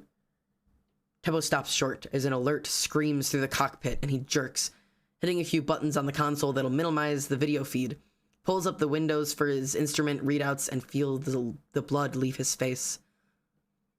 Oh, fuck. Tebo? Tebo, what's wrong? Tommy's voice is barely audible over the shrill wailing of more alarms sounding, and Tebo unwinds frantically from his coiled position, hands steady as they fly flat across the console despite how hard his heart is pounding. Tebo? I have to go. Fuck! A siren just went supernova. Tebo yells, the Asachi shaking around them as they're hit with the first pulsating shockwave, sending the video feed crackling to shrieking static. But Tommy's face pops back up, eyes blown wide in panic. No, fucking no! Tebo, you... Tommy screams, whatever he was saying cutting out as the Asachi is hit again, metal plating groaning as they're forced off of their path a little, and Tebo's got to drop them out of light speed or they're going to be ripped apart in hyperspace. He eases back on the throttle, engines winding down as the bright blur of hyperspace is replaced with the searing, red-hot light of a siren in the distance. Thick bands of burning gases snarl off the surface of the star as it shudders, outermost layers expanding and contracting quickly as its core collapses, sending sheets of molten hot metals spitting out into space around it, and Tebo swallows thickly. He spares a quick glance at Tommy, and it looks like he's going to throw up, tears collecting in his lashes while his eyes dart all around the screen. But Tebo feels a strange amount of calm flood through him as he grins shakily, winking. Hey, I'm the best pilot you know, remember? You stupid... Please, it'd be okay for me. Please, I love... Tommy's breaking up too much as the radiation leaking from a siren interrupts the transmission, and Tebo's got to go. Needs to have all of his attention focused on keeping them alive. Yells in the desperate hope that Tommy will be able to hear him. Love you, Tommy. See you on the other side. The feed cuts out with a sharp crack before he can end it himself, and Tebo takes a shuddering breath as another shockwave hits them. Bits of debris from freshly destroyed asteroids streaking past like small fiery comets. This is bad. Tebo's never been this near a star when it's gone terminal like this before, and it's going to take some really tricky, really smart filing to get them out of this one.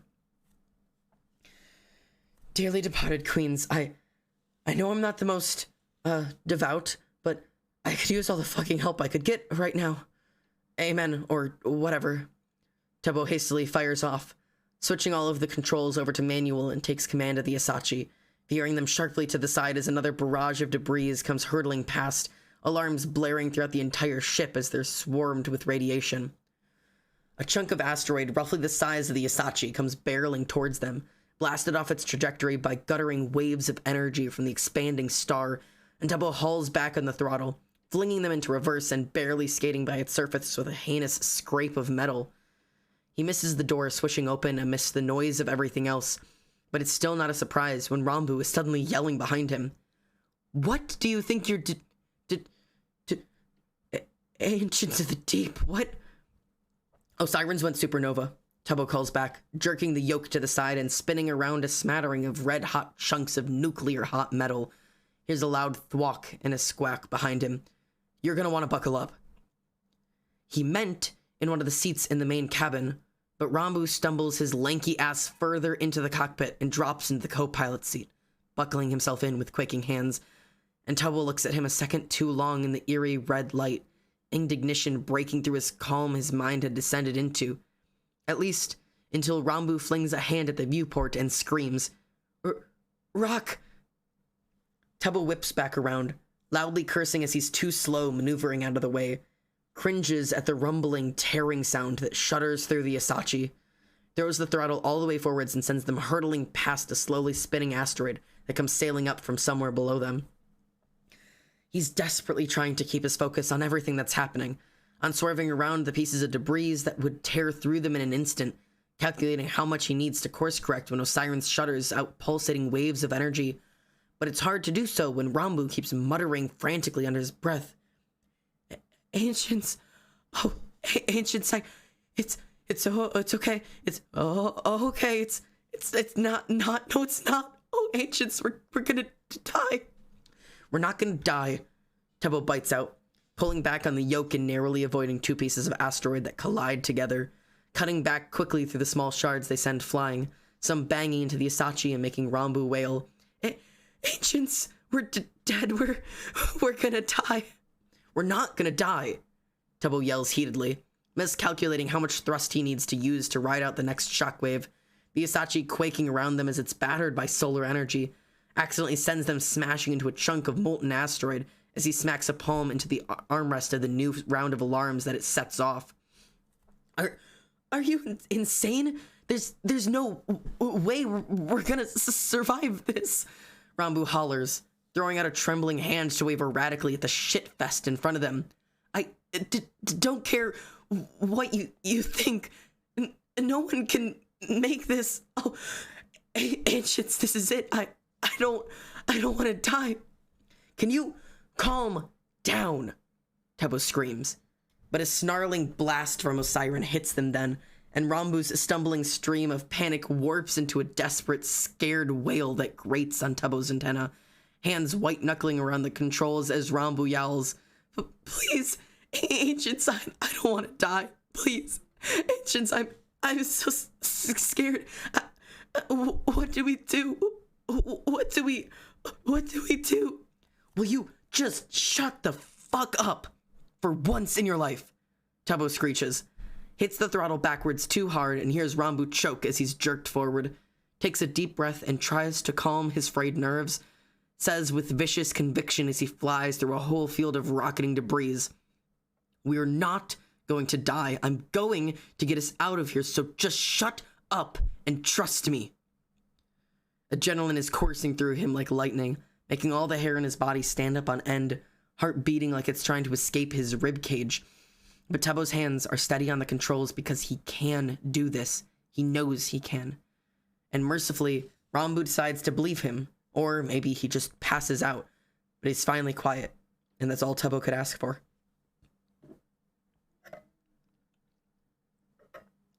Osiren is nearing the ending stages of its explosion, light suddenly receding around them as it collapses inwards in a swirling core of bright orange. And Tubbo bites the inside of his cheek hard, knows that they only have a few minutes before it expands rapidly. They're so close to the edge of the blast radius. Tubbo dares a glance up at one of his readouts, calculating in his head how much longer they have, and it's going to be so close. He's only got one shot. He has to do this perfectly. One breath in, one breath out, hands flexing around the controls, and Tubbo moves. The engines are a comforting rumble around him, their whining pitch rising and falling as he moves the throttle forwards like a great beast, inhaling and exhaling, the smooth glide of machinery trembling in the air like well-trained muscles, responding to Tubbo's touch without any hesitation. He knows this ship, knows it like an extension of himself, and it knows him, has never failed him before, and it doesn't now, moving exactly as Tubbo wants it to. There is only his heart beating fast but steady in his ears, a grounding vibration like the Asachi working beautifully under him, hands sure around the yoke, controlled on the throttle, guiding them through the ever-changing minefield in front of him, his mind working quick and calculating trajectories faster than the rocks can move, gliding past everything in dizzying spirals. They clear the threshold at the last possible second, fiery lights searing out behind them as Osiren enters the last stage of its explosion, knocking the Asachi forwards with a tidal wave of blistering heat and radiation, sends them careening through space with a dozen alarms blaring. Tubbo fights for control back, but it's almost impossible, the force of the detonation ripping the yoke from his hands, and they mercilessly pelted with shards of shrapnel as they spin uncontrollably. Tubbo can hear the emergency bulkhead doors clang into place, cutting them off from the cargo hold, which isn't good.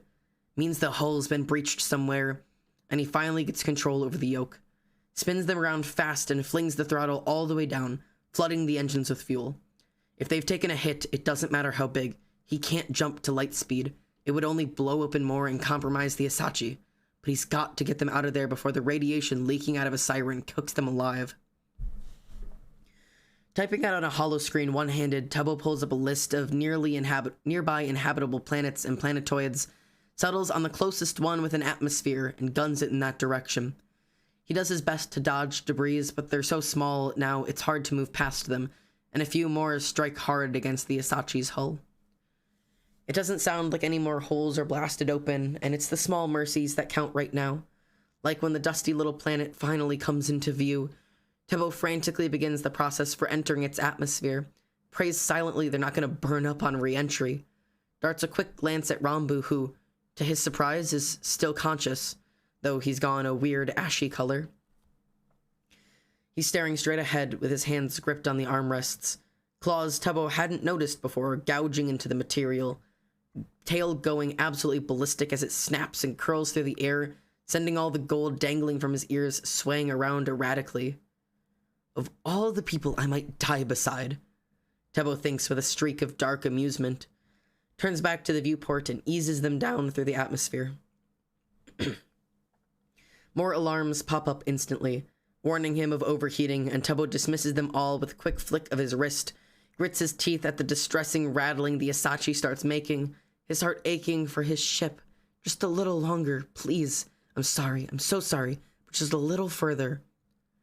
But Tebo is a good pilot, and the Asachi is a good ship, and it gets them down to the planet's surface alive, touching down less than graceful in the first clear spot of land Tebo can find, settling with creaking groans as gravity aggravates all of its hurts.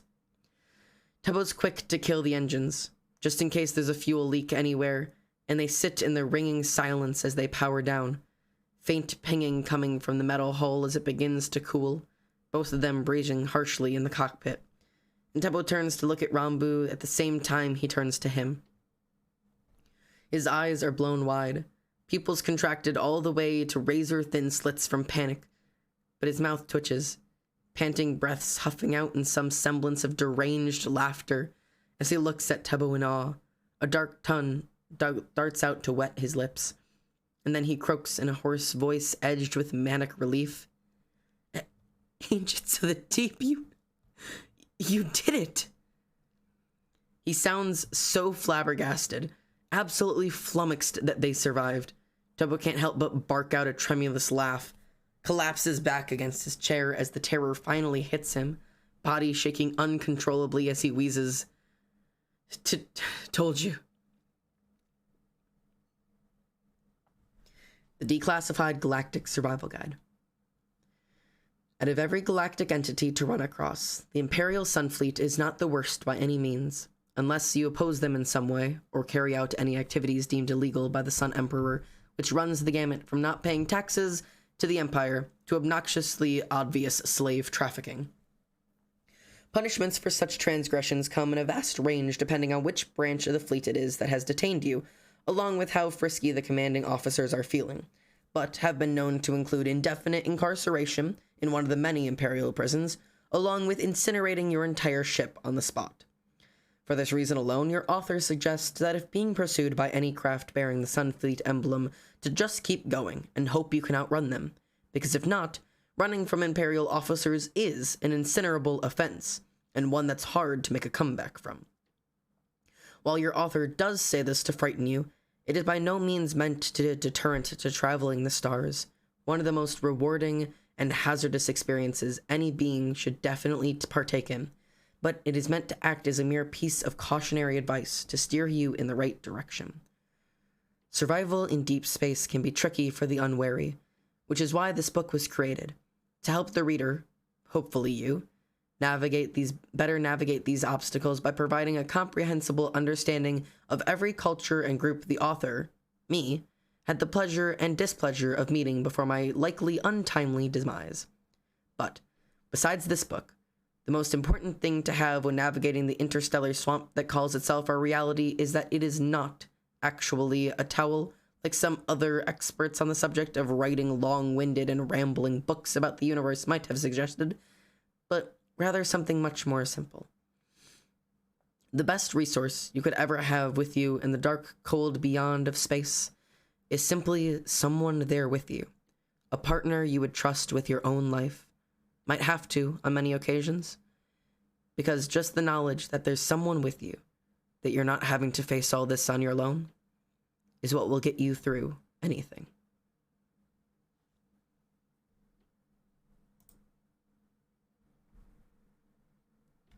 And that is the end of Ad Astra Chapter 1.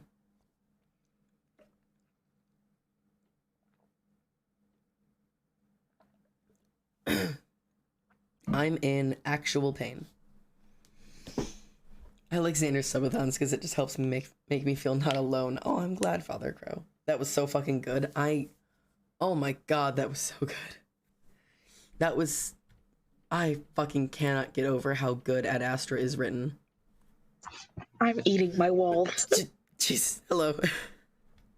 Jesus Christ, I'm dying. I know, it's good, isn't it?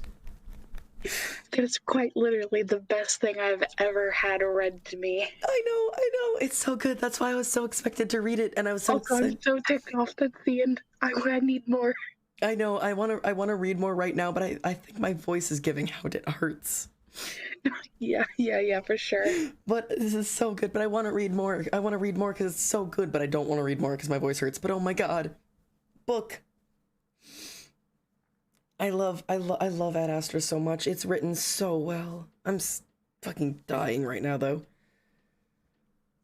Oh god. I need coffee. My throat hurts so bad.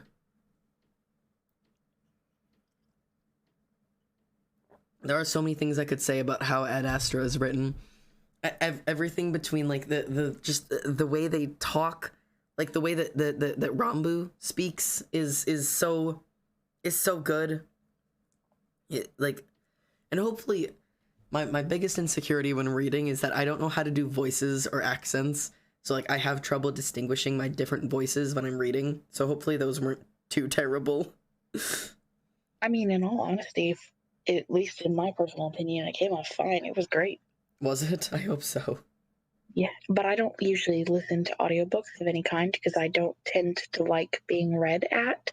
Mm-hmm. So I guess I don't have a lot to compare it to, but I enjoyed that. Did you enjoy being read at by me?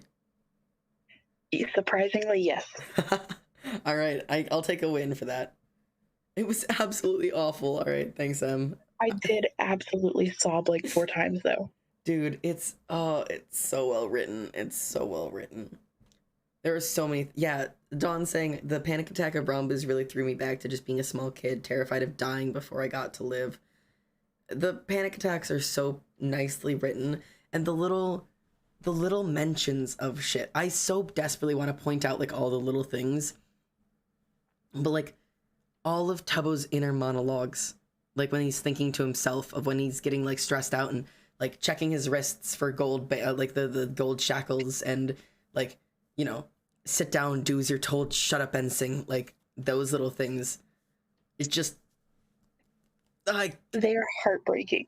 It's so good. That's how you build story. That's how you do it, man. You don't have to tell me, you know, this character went through a traumatic experience in his past because of this, or, you know, he always panics because of this experience. I get it. I get the experience from a couple little words. Sit down, shut up, know your place. Boom. I know exactly what he went through. I know his trauma. I know what he's suffering with. Like, I know why he's checking his wrists for shackles. I know why he doesn't want anyone else in his pilot seat, because nobody could be Tommy. It literally makes me cry. It's so sad. Not the line where he literally was like, he only asked once and they said no, so why ever ask again? Yeah. Oh my god, I'm dying. He asked once and Tommy couldn't even answer him. The silence that stretched on afterwards, he never asked again. Yes, oh my god, I'm literally dying. I need to know, does it further explain, like, in further chapters since you've read it, do we get, like, a definite answer of why Tommy didn't go with him? Yes. But you're gonna have to wait a super hot, sexy minute for that answer. As long as it gets answered, I'm fine. You've got a long time to wait before you get that answer, but yes. You learn, I'm telling you right now, there is, at least in my experience so far, hello, white balance, camera, focus on me, there you are. In my experience so far, there is nothing that Helenite has left me questioning, and that's what I love. If you're left with questions at the end of a chapter, you know that that's going to be answered at some point. It might be chapters from now, it might be forever from now, but I've never been left going, I still don't understand why or what or how or who. Hell Knight always gets back to that shit, man, in just the most stunning ways. Not the star or planet or whatever the fuck absolutely just blowing up right as he's about to tell Tommy he's coming to see him. Like, what kind of fucking cosmic fucking karma shit is that? Right, fucking Osiren going supernova right as he's trying to be, oh god. It just said, not today, bitch. Yeah, it really said, hey, fuck you, actually. It's just, oh my god. And I get a general consensus, end of chapter 1. We all hate Rambu, right? We're all on the same page here. Actually, I don't. God. I don't for a few reasons. Thank you, Tess. Okay, I'll hear you out. I'll hear you out. Okay, so the reasons that I don't is because, and it might just be me reading into it, but there was a couple things that kind of went on at his planet when they were like kind of handing him over to Tubbo that kind of like set me off as like oh, they don't really care about him like Heike at all, which like will feed into like attention seeking 100%. So I'm like, I'm reading you, bitch. I know why you're doing this. Oh my god, I'm so glad you're reading. I don't hate him because he has a personality. Honestly, Emily, based. His character, and I'm not gonna spoil anything, but his character is built to be just the most fucking annoying character. But Ink picked up on the most important part of that. They don't give a fuck. We'll learn more about that though. I'm not gonna spoil anything. I knew it.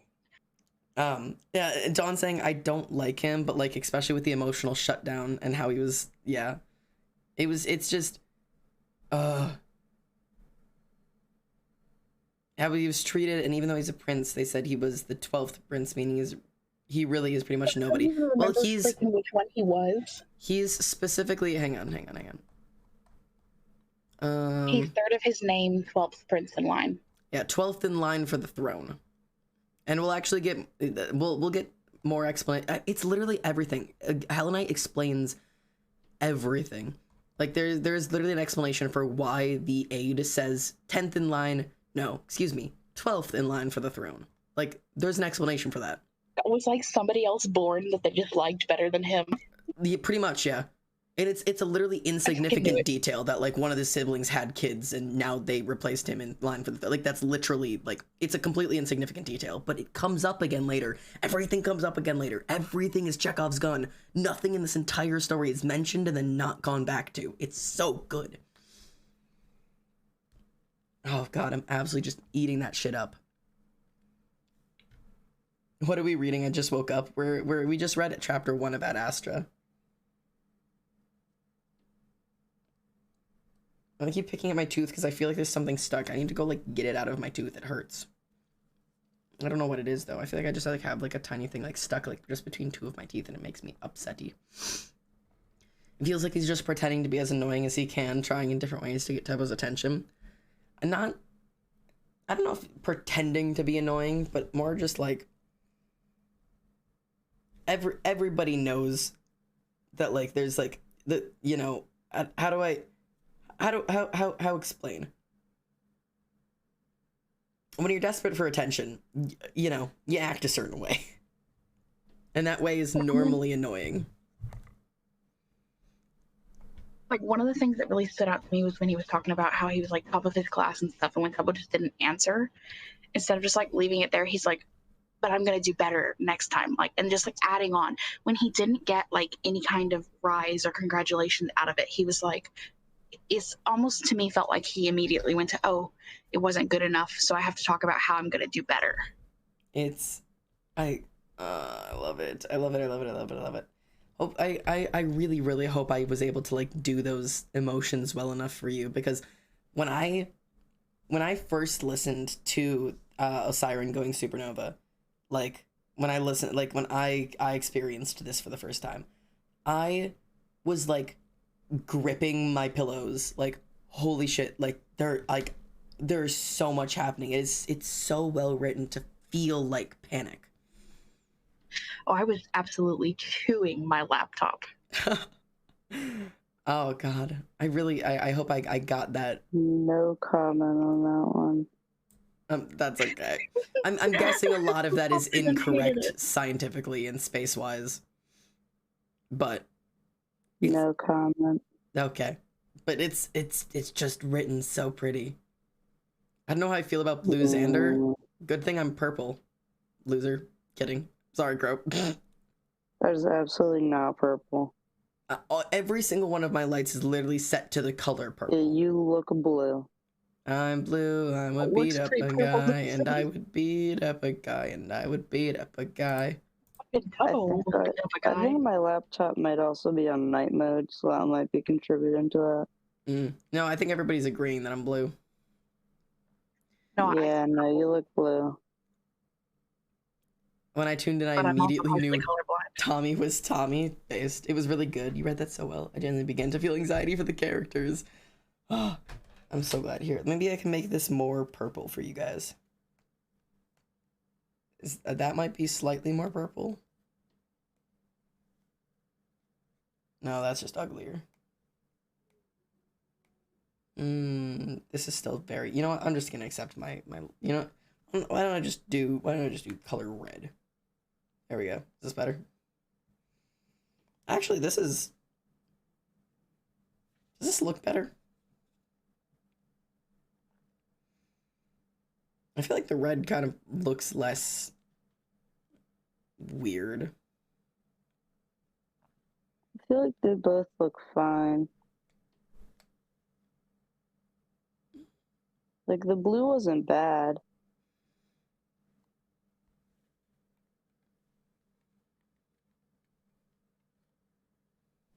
Neither of them are bad.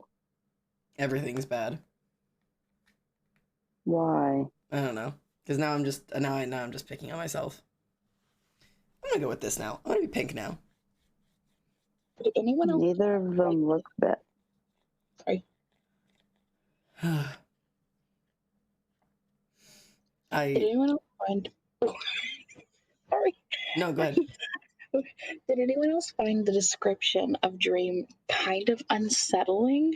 Yeah, so in this one, Dream is like canonically like a shapeshifter, and so like he's canonically his skin. Like he's just a big round head with the cartoon smiley. It's fucking really creepy. And it wasn't even the smiley that like unsettled me the most. It was like you talking about like his like bony long hand, and I was like, ugh. And then he talked about the smiley, and it just made it worse. He's a creepy little fucker in this one. And like, that's some shit from my nightmares. Admittedly, Dream, George, and Sapnap are in like maybe 3 other scenes for the entirety of Ad Astra and Daytera combined. Like they are. That's fine. They're not important. They are not here at all. I don't think we also ever see Nikki again. I don't think I've ever seen her name mentioned again. She was there once as like a little like name drop, and that's it. Yeah, he could be anything, and he chooses that. It's his base form, is what it is.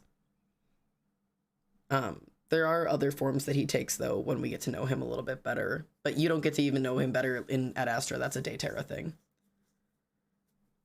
Oh, I'm gonna read all of Ad Astra and then move on to Daytera immediately as soon as possible.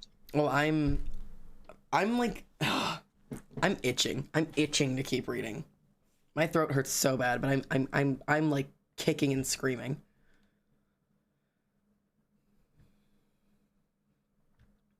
Part of me wants to tell you, no, save it for another time, save your voice, but then the other part of me that's absolutely feral, chewing my laptop, ripping down my house walls, is like, read it immediately. I'm wondering... I was trying to see where in the next chapter would be a place that I could stop if I wanted to just get like a little niblet. A little more. Just a little niblet. I don't feel satiated yet. I'm still kind of gnawing on my hands right now. I'll find another police chase. No, Des, please. Poor Tess. Tess cannot stand this, and I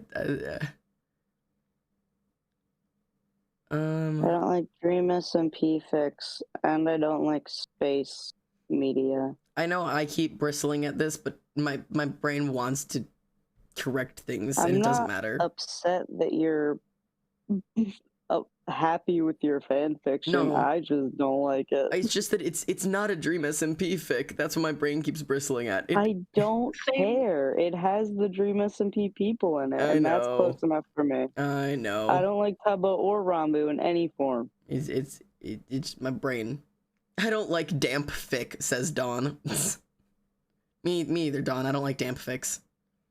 Yeah, that's what I'm talking about. It's so detached from me. Sure, it's not a Dream SMP fic, but is the Dream Team in the Origins SMP? No. No. Case in point. That's valid. No, Dawn, don't correct yourself. Leave it at damp. It's damp. Leave it at damp. Damp was correct. Tubbo and Rambu are two of my favorites, so it doesn't bother me. See, and I'm only on one half of your side. Tubbo's one of my favorites, and Rambu matters nothing to me. I'm sorry. Him as a person is totally chill, but him and all of his SMPs, I just don't care about. No hate on him. Not the damp SMP. I found man steals 2 police cars in one chase. Ooh. So, I mean, if you're moving on, just let me know. I'm just trying to find if there's like a place. I feel contractually obligated to say that a star going supernova within several light years of somebody would immediately incinerate them. Yeah. But that's my only contractual obligation. I will not shit on any of your fan fiction. Maybe their idea of relatively close is a little more than several hundred light years. Just close enough. They could feel shockwaves. You're still dead. Especially with the supernova that implodes into a black hole. You're dead. Yeah, but plot armor. Plot armor, no. That's why I'm not like shitting on your fic. My brain was just like. Valid criticism is criticism. You're allowed to criticize fics. I fully stand by it. I'm not saying it's like bad writing. My brain was just like, you know. Your brain gnaws. Your brain goes nom nom nom. My brain was gnawing on a black hole as that was happening. Careful there. A dangerous thing to gnaw on. I will spaghettify myself. You're gonna spaghettify it. While we were gnawing on walls in delight, Tess was gnawing on walls in terror. Black holes. I wasn't even listening to it. I just like occasionally jumped on over to stream to unmute it to see what was going on. And like the one time I unmuted it, I just heard, as it was going supernova, and I was like, what? You jumped in at the worst part you could have. Literally the worst possible moment. The only part that has any space science. Supernova? Yeah. Do you think stars just randomly, no indications whatsoever, decide to implode? Yeah, it just popped really. Like a balloon. You're just like chilling. Then the star, like 2 light years to your right, is just like, fuck this shit, man. Fuck this shit, I'm out. Fucking explodes. The Cosmos Karma really decided no meetup. No clingy duo meetup. Yeah, just said, not today. At least they made up a star and didn't pick a real one. Yeah, luckily all of the names, planets, and alien races are made up here. I'm a fan. I hate when people do like space fics and they're like Alpha Centauri, and it's like. Although they did use Andromeda, which I know is that's a real thing, eh? Andromeda is a galaxy, yeah. Yeah, if you're like doing things in passing, but like I've read some or seen some shit that's like I keep doing Alpha Centauri because that's the only thing my sleep-deprived brain can think of. It's valid. Alpha Centauri is gonna like explode, and it's like, no, it's not. No, it's not. No, it's not. No, it's not. But no, like, I don't care if people like do things in passing, but it's like you're literally destroying a galaxy right now that still actively exists. What is going on? It's not like I'm not gonna shit on the Magic School Bus episode that takes them to different planets, like. Arnold like head freezes into a block of ice on Pluto, like. All right. Whatever that kid was. And it's like, sure, maybe you would have shattered like liquid nitrogen, but whatever, to each their own. But you know, hey, if that's what keeps you going. For real.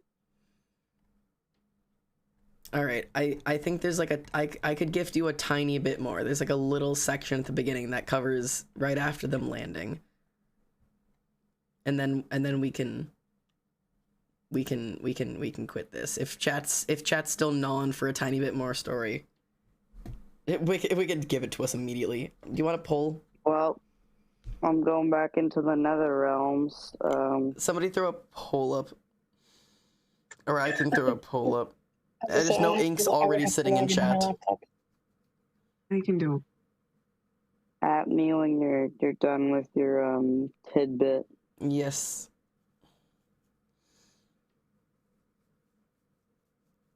Oh.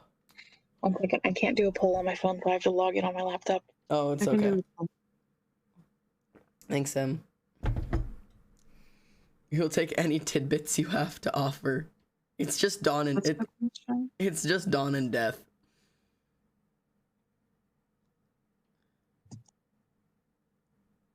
The poll answer is just yes and no. Yeah, there we go. More. Yes, no. We have one immediate no. There's the yes. And one more no. Oh, and another yes. It was me. That's valid. Hey, one other person agrees with you. It appears, though, that there are 5 people currently awake. If you had 2 other people to say no, you would move on. My second account. Tessa's second account also votes no. Oh, you've tied. Oh, wait, no, there goes yes again. Oh, almost tied again. Almost tied again. How many people are awake actually voting? 10 of them.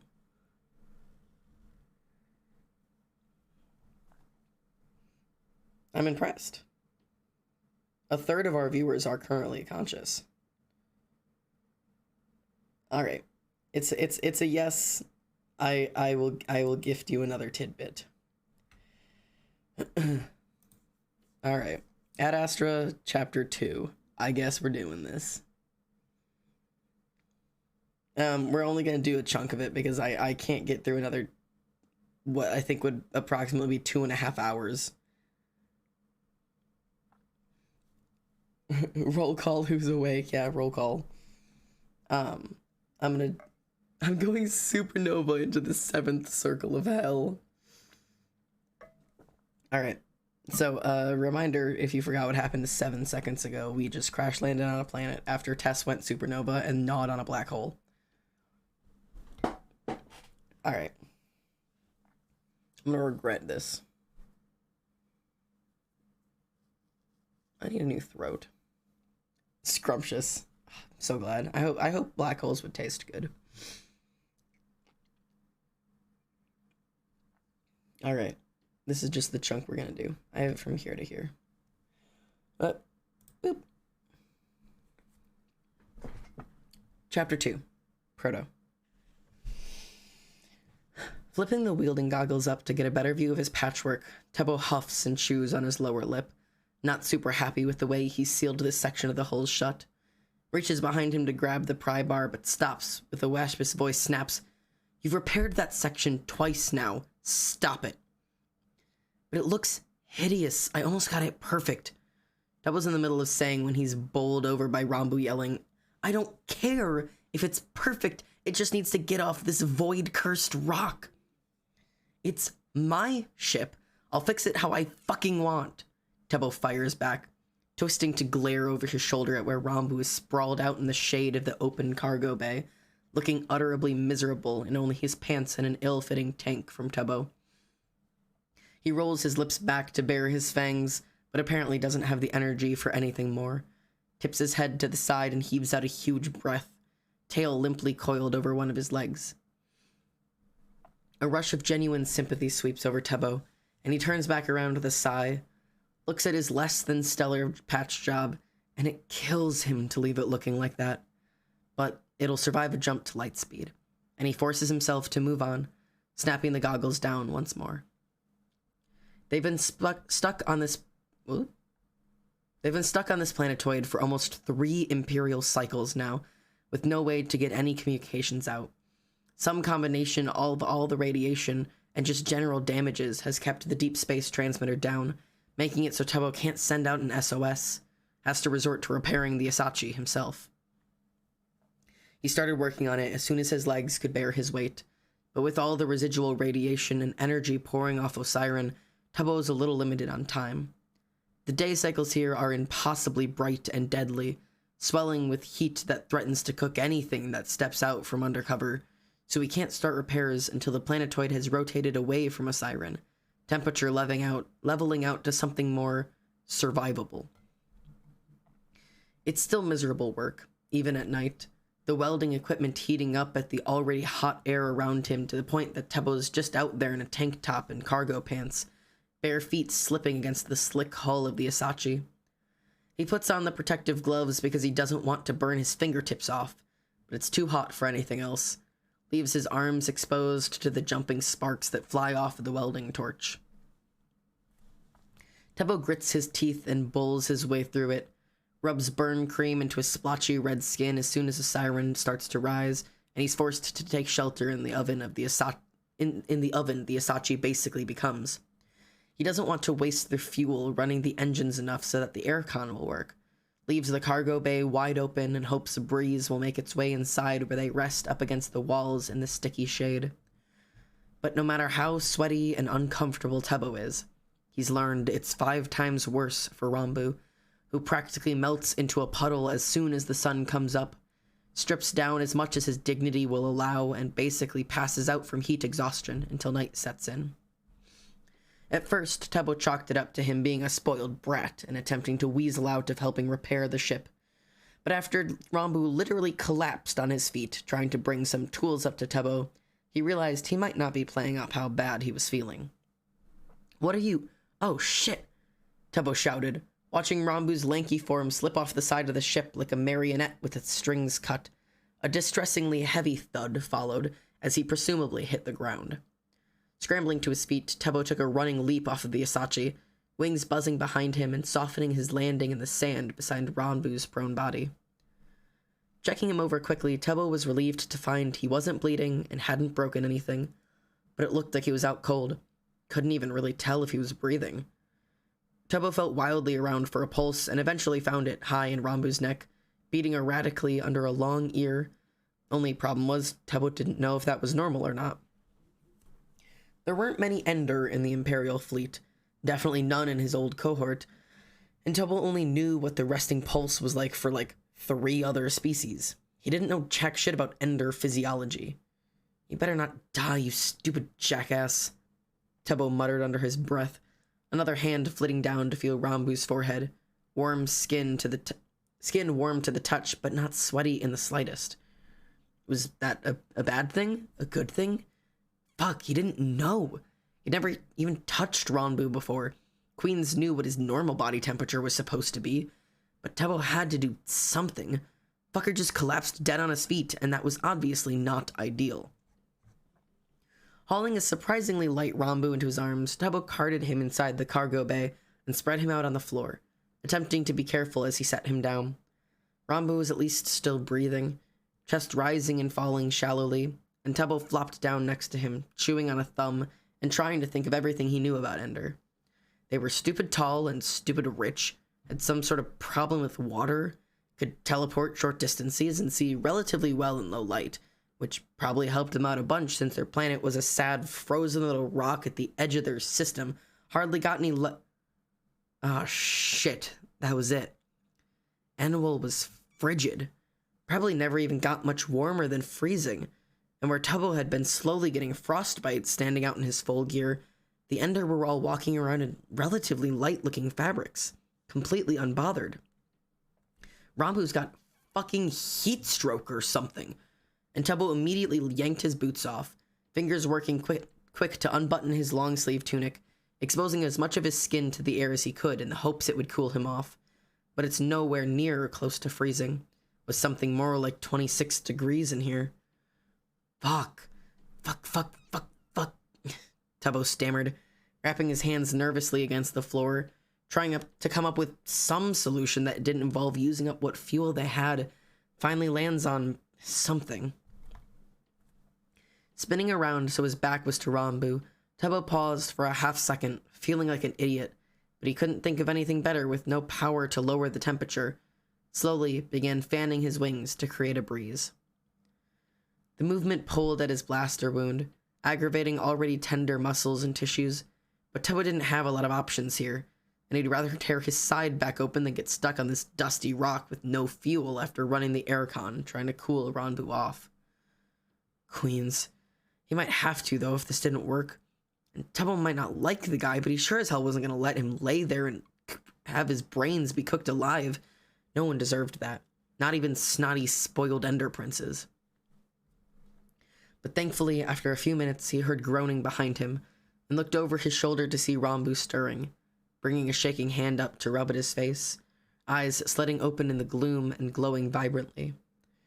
After that, Tubbo didn't ask Ranbu to help with any repairs, just offered him a tank top that was ridiculously short on him, and left him to stew in the hold while Tubbo tried his damnedest to fix the Isachi as fast as possible, but still to a standard he was happy with. As the souls drag on, though, Tubbo thinks he might have to concede on the repair work being as good as he'd like, both of them getting increasingly more exhausted and waspish in the oppressive heat, and if it was just Tubbo out here, he'd suffer through whatever to take care of the Isachi like he wants. But it's not just him. He has to factor Ranbu into this. Osiren is threatening at the horizon when Tubbo calls it for the night, day, technically whatever, hauls his equipment under the Isachi and drags leaden feet up the cargo ramp, stumbles past Ranbu, who honestly looks as wretched as some beings he'd seen dying of terminal illness. He's not drenched in sweat like Tubbo. Apparently Ender missed that in the lotto wheel of life, but his skin's gone weirdly ashy, dry and cracked around his knuckles and the edges of his mouth, eyes dull whenever they're actually open, clear fatigue on his face, and it does stupid things to Tubbo's exhausted brain. Sorry, the repair's taken so long, he mumbles absent-mindedly, really truly feeling bad for the bastard as he slides down a wall that's a disturbing amount of warm already, and Ranbu's tail flicks, only sign that he's still alive as he snips half-heartedly, "You should be." Piss off. Tubbo slurs without any real bite. Doesn't have the energy to actually be angry. Kicks his legs out and nods his head to the side. Hopes he'll get a few decent hours of sleep before it gets too hot even for that. He's not sure how long it's quiet for, drifting off into hazy half-consciousness, so he isn't even sure he's really hearing it when Ranbu mumbles, That's unfair of me. You saved my life." It's the first decent thing that's ever come out of his mouth, and Tubbo's half-awake mind is convinced he's made it up. But then there's this awful, too real hollow laughter echoing around the cargo hold. "Well, you did what you had to do to survive. I was just there." "What do you mean?" Tubbo thinks he says, head still a little fuzzy around the edges, but it's starting to wake up some, especially when Ranbu hums in long, drawn-out sands. "You didn't do it for me. No one does. I'm not even there." Tubbo sits up a little, blinking the wavy lines of sleep out of his eyes, and stares at where Ranbu is laying, facing away from him. And he hasn't moved much, but his arms are snaked tight around his torso, like he's trying to keep something from escaping. There's nothing there. Shadow on the wall doesn't matter. Never did. Whatever he's talking about gets lost as he presumably slips into speaking Ender, the sounds long and low, like distorted echoes you hear at the edge of madness, and Tubbo furrows his brow, kinda concerned about the heat getting to him. You good, man? Sorry, I don't really know what you're talking about." Ranbu's body jerks in breathy laughter, his reply whisper quiet and muddled with sleep. "Nothing. It's nothing." But with the way he's holding on to himself, claws digging into the bare skin of his arms like they're going to draw blood, only slackening as he passes out from the rising heat. Tubbo gets the feeling it's not nothing. "Hey, Your Highness? Prince Rambu? Hey, fuckhead!" Tubbo yells, trying to get Rambu's attention, but he doesn't stir, chest rising unevenly under his arms, and Tubbo thuds his head against the bulkhead, mentally runs through a list of everything else he wanted to fix before taking off, and slashes it in half. With those concessions, he'll be able to get them off of this hellhole before the next sunrise, but they're going to have to make a stop at the closest port town to find a replacement for the deep space transmitter. Tubbo hopes Rambu won't be too pissed at the further delay in their trip. Guy seemed pretty high-strung about school, and if he remembers right, the new term started yesterday, so he's already missed some of his classes. The new transmitter is not optional, though. Tubbo doesn't care if Rambu throws the biggest bitch fit in existence. He's getting the damn replacement equipment, even if he has to drag Rambu along with him, kicking and screaming. It's been 3 Imperial cycles since Tommy's heard from him, and it makes his heart squeeze painfully just thinking about what he might be feeling. The two of them have always been close, roomed together their first year and bonded instantly like only first years do in the face of all the staggering bullshit they're put through. But even after Tubbo left, thought he'd never heard from Tommy again, was surprised, and probably shouldn't have been, when Tommy kept messaging him through everything. They call each other best friend, but Tubbo knows they both mean it in something more like brother. So that's why getting a new transmitter isn't optional, because the last Tommy heard from him, Tubbo was flying past a star going supernova, and has received radio silence since. It'll be okay, he thinks, wrapping his arms around himself even though it's hot, but it provides some grounding comfort, has him sleepily thinking about speckled wings. You'll get the parts and it'll be okay. Tommy will be okay because you're okay and everything will be fine. New game plan in mind, Tubbo settles down to try and actually get some shut-eye. Dozes on and off through the hottest parts of the day, haunted by fever dreams of fuel canisters and lit matches burning like supernovas, and whenever he wakes up for a brief second, makes sure that Rambu is still breathing before drifting off again. Tubbo is up for good once it doesn't hurt to look outside and the air isn't scorching to breathe. Pops his back and winces at the way his blaster wound twinges, pulls up his frankly disgusting tank to check on it, and frowns when he peels the medpack batch. It's always been ugly, keeps getting uglier the longer it takes to heal, but the edges are starting to look weird, going a livid shade of red that smacks of infection, and Tubbo's breath hitches, shakily tapping the patch back down for now. It's going to be okay, though. It's fine. Doesn't really look that bad, he's just overthinking anyway. And wherever they stop for the transmitter will have a halfway decent apothecary anyways.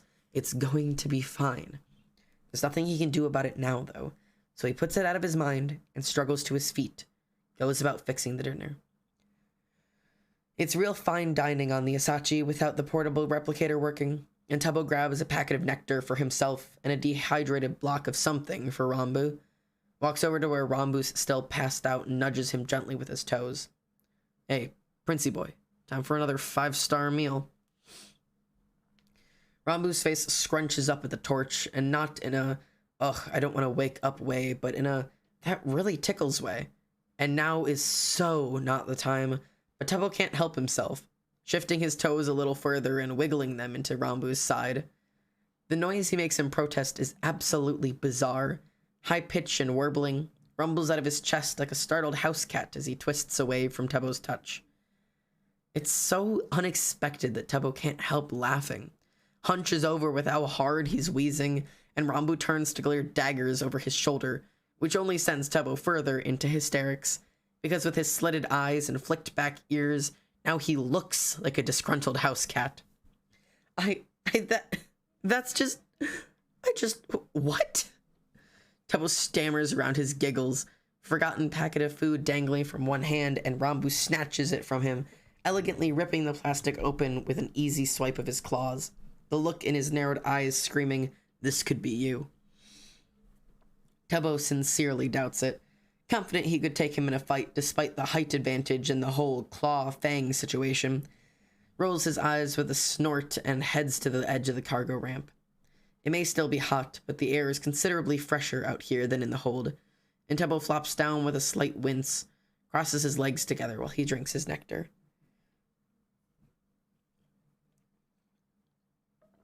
Ouch. He's lost in thought about everything he's got to get done before a siren rises again, so it really catches Tubbo off guard when there's movement next to him, and he snaps his head to the side to see Rambu folding himself down a good distance away, but still parallel to Tubbo, eyes trained on the sky with a soft sort of contemplation. It's weird for Tubbo to see him out of his royal getup, no end crystals glittering in the night or flashing in his dark hair, divested of all his pomp and glamour, and he tries not to stare too much, but it's like some barrier is starting to come down in Tubbo's mind against his will. Because, like this, disheveled and haggard, no shoes on, one of Tubbo's ratty tanks on his back, and only some of his jewelry, Rambo looks almost normal, like he could be any other member of the syndicate stuck out here with Tubbo. Resolutely pushing the thought out of his mind, Tubbo aggressively drinks his nectar and tries not to think about Rambu in a gray and orange bomber, as the Endirian tips his head to the side, naked awe glowing in the depths of his crimson eye as he stares at the stars. Wow, it really is beautiful, even if it did almost kill us. Grateful for the distraction, Tubbo turns to look up at the sky himself, the darkness of night interrupted by huge clouds of red-orange gases that swirl and spit with their own light, the last remaining bands of fiery power that Osiren discharged. It's interesting, maybe, but not the best Tubbo's seem, and he shrugs his shoulders, mumbles around the plastic straw to his nectar pouch. It's alright. The Rhyoshan Nebula is like half this size, but way more vibrant. What? You've seen the Rhyoshan Nebula? Rambu asks, incredulous, and Tubbo looks over at him, a little surprised to see him staring back with wide eyes, nothing in them but open honesty and unbridled enthusiasm. And Tubbo says slowly, "Yeah, I fly past it all the way on my way home." What's it like? Like, is it as impressive as the hollows make it out to be? And have you ever seen the micro-pseudostars? They're supposed to be some of the rarest phenomena in the galaxy. Rambu rambles in clear excitement, ears perked all the way up and quivering lightly, and Tubbo just blinks at him. Feels like he's seeing an entirely new person, and begins a little hesitantly. Yeah, it's really impressive. Very red, and I think I've seen the, micro things. They move around a lot, so that's probably why most people have never seen them. Rambu makes a trilling sound at the back of his throat, wiggling up straighter as his tail flops around happily. Oh, that's amazing. That's just... have you seen the Delenium cluster? Or the triplet suns of Zoxan 4? Delenia... Oh, you mean the ball set... Tubbo cuts off what he was saying with a violent cough, afraid of ruining the childlike wonder on Rambu's face. And he doesn't know where it came from, but he's suddenly loath to the idea of it going. Yeah, I've seen the Delenium cluster. It's, not all it's cracked up to be. Zaxxon's suns are, though. Queens, I've never seen an more amazing sunset in my life. Really? Rambu hushes, hands all wrapped up together in his lap like if he behaves himself, Tubbo will keep talking. Seems like he can't help it, though, as he leans forward and gushes. Tell me more. And for some reason, Tubbo does, detailing out all the places he's been and the things he's seen. Talks about cutting his engines and cruising through the nebula the size of planets, watching the billowing gases sweep up and over the Asachi, swirling together in brief bursts of light before breaking back apart, like being at the heart of a living, moving, breathing painting. He tells him about skating as close as you can get to the black hole at the center of Andromeda, how light bends and warps around it like massive waves, curling back into itself and contorting like nothing on this plane has any right to do, the sheer amount of power radiating out of it making his antenna tingle for what felt like days after. He gets so swept up in talking, Tubbo says things he's never told another soul before, worried they'd think he'd lost his mind, but that fear isn't here right now. and Tubbo talks about the humming song he can hear out in deep space sometimes, in the dark black of nothingness, where the closest stars are a bare prick on the horizon. He swears he's seen dancing on the icy trails of comets, hands larger than stars cascading through nebula. Ranbu doesn't say one word the entire time, sits with his knobby knees folded up to his chin, tail twitching and vibrating next to him while he listens in rapt fascination, eyes never leaving Tubbo's face, and there's something in their glowing depths that make Tubbo falter a bit in one of his stories. He knows that look, recognizes it almost immediately because he's seen it before, staring back at him in mirrors, sparking and alive like coiling solar flames. It's the desire to go, to see and explore, a hunger for wide open starfields and nothing holding you back. It's how he feels when he wraps his hands around the Asachi's control, heart thundering under his ribs and the whole universe at his fingers. He's like me, Tubbo thinks in abject confusion, voice trailing off because he doesn't know what else to say. Shaky inhales getting stuck somewhere in his windpipe. Queens, he feels it too somehow. Some way we're the same in this. Incredible. Ranbu breathes. The first thing he's said in a while. Hunches over and props his chin up on his knees, a sweet, hesitant-looking smile twitching his cracked lips up. Wow. I've read so much, but you've seen it, and I just really appreciate you sharing your stories with me. Tubbo? It's the first time Ranbu's ever said his name, and he does so very cautiously, like he's afraid he's doing it wrong. Almost looks scared where he's sitting across from Tubbo. Ears flicked down low in subconscious mannerisms, Tubbo is finally learning how to read. He's such a bizarre combination of a person. Scathing attitude and horrific brattiness, alongside with unanticipated hesitance. Meek shyness, like he's not really sure how to have a normal conversation. Yeah, no problem, Tubbo says slowly, but genuinely. And as some of the tension seems to ease out of Ranbu, ears perking back up, he realizes he doesn't actually know anything about him. Asks a bit impulsively, is this what you're, studying? At the academy, I mean. What? Ranbu asks, tipping his head to the side, and Tubbo winces. Knew it sounded stupid and confusing coming out of his mouth, so he tries again. Are you like an ecology major or something? Or astrophysics? I don't know, just something to do with galactic phenomena. Oh, no, I'm an intergalactic affairs major, Ranbu admits, with what sounds like reluctance, and Tubbo doesn't blame him. He never studied it personally, but he knew the IA program had a rap for being one of the most driest, most convoluted, headache-inducing subjects at the academy, and he wrinkles his nose just thinking about it. Ranbu quickly snaps. What? What's that face for? Huh? Oh, nothing. It just sounds really boring, you know? And I thought that you'd... Tubbo trails off because Ranbu is looking at him weird, probably thinking it's odd for Tubbo to weigh in on his personal life when they are anything but friends, and he sighs. I don't know. It just seems like, wouldn't you rather be out there than stuck behind some desk? He'd seen it a couple times before now.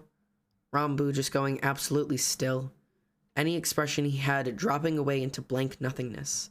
Like he's some robot, playing at being a living thing. And Tubbo watches it happen now.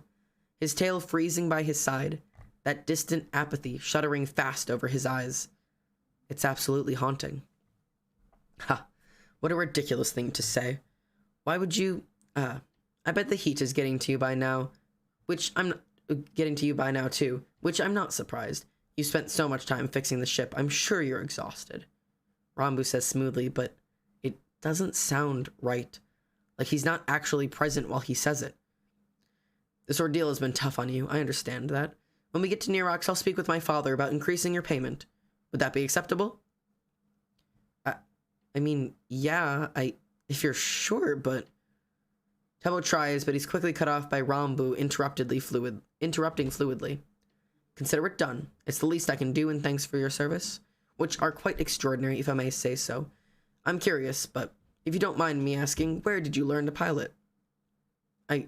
Well, mostly just experience. I mean, I have some formal training, but why are you... You were a cadet, weren't you? Tubbo chokes on whatever he was trying to say, pulse ratcheting up briefly just hearing the word.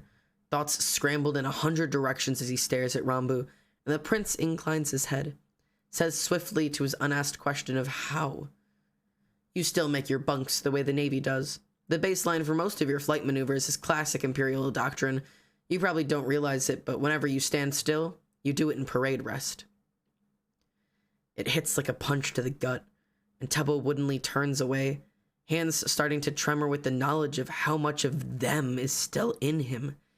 He thought he'd gotten rid of it all, stripped it down and thrown it away, but it's apparently still there, like a scar he's never going to be rid of. And Tubbo's breath hitches, feels like the walls are closing in around him, and he scrambles to his feet. Needs to move, otherwise he'll never shake the feeling of being trapped. I have a lot of work to do, so... He jerks his thumb to where the welding equipment is tucked under the Asachi, backing away like Rambu's holding him at blaster point, and he's one misstep away from pulling the trigger. Of course. Take your time, Rambu says evenly, rising to his feet without a twitch from his tail or his face. And that's all the dismissal Tubbo needs, heart jackhammering in his chest as soon as he thinks it. The fact that he's still looking to be dismissed on some level shaking him to his core.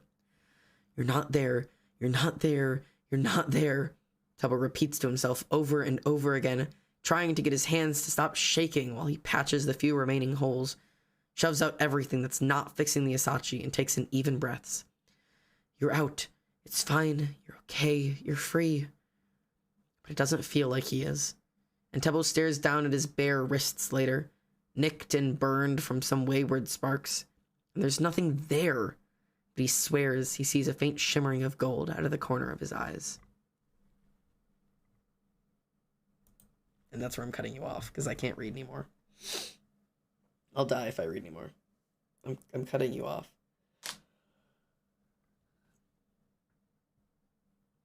Not them both being traumatized. Not them both accidentally triggering each other's trauma in one conversation. I know, right?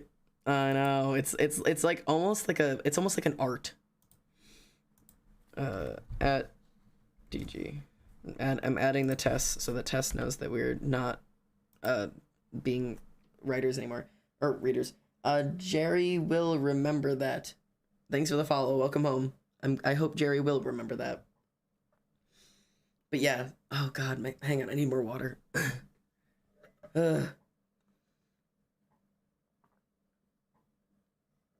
Ouch. Okay.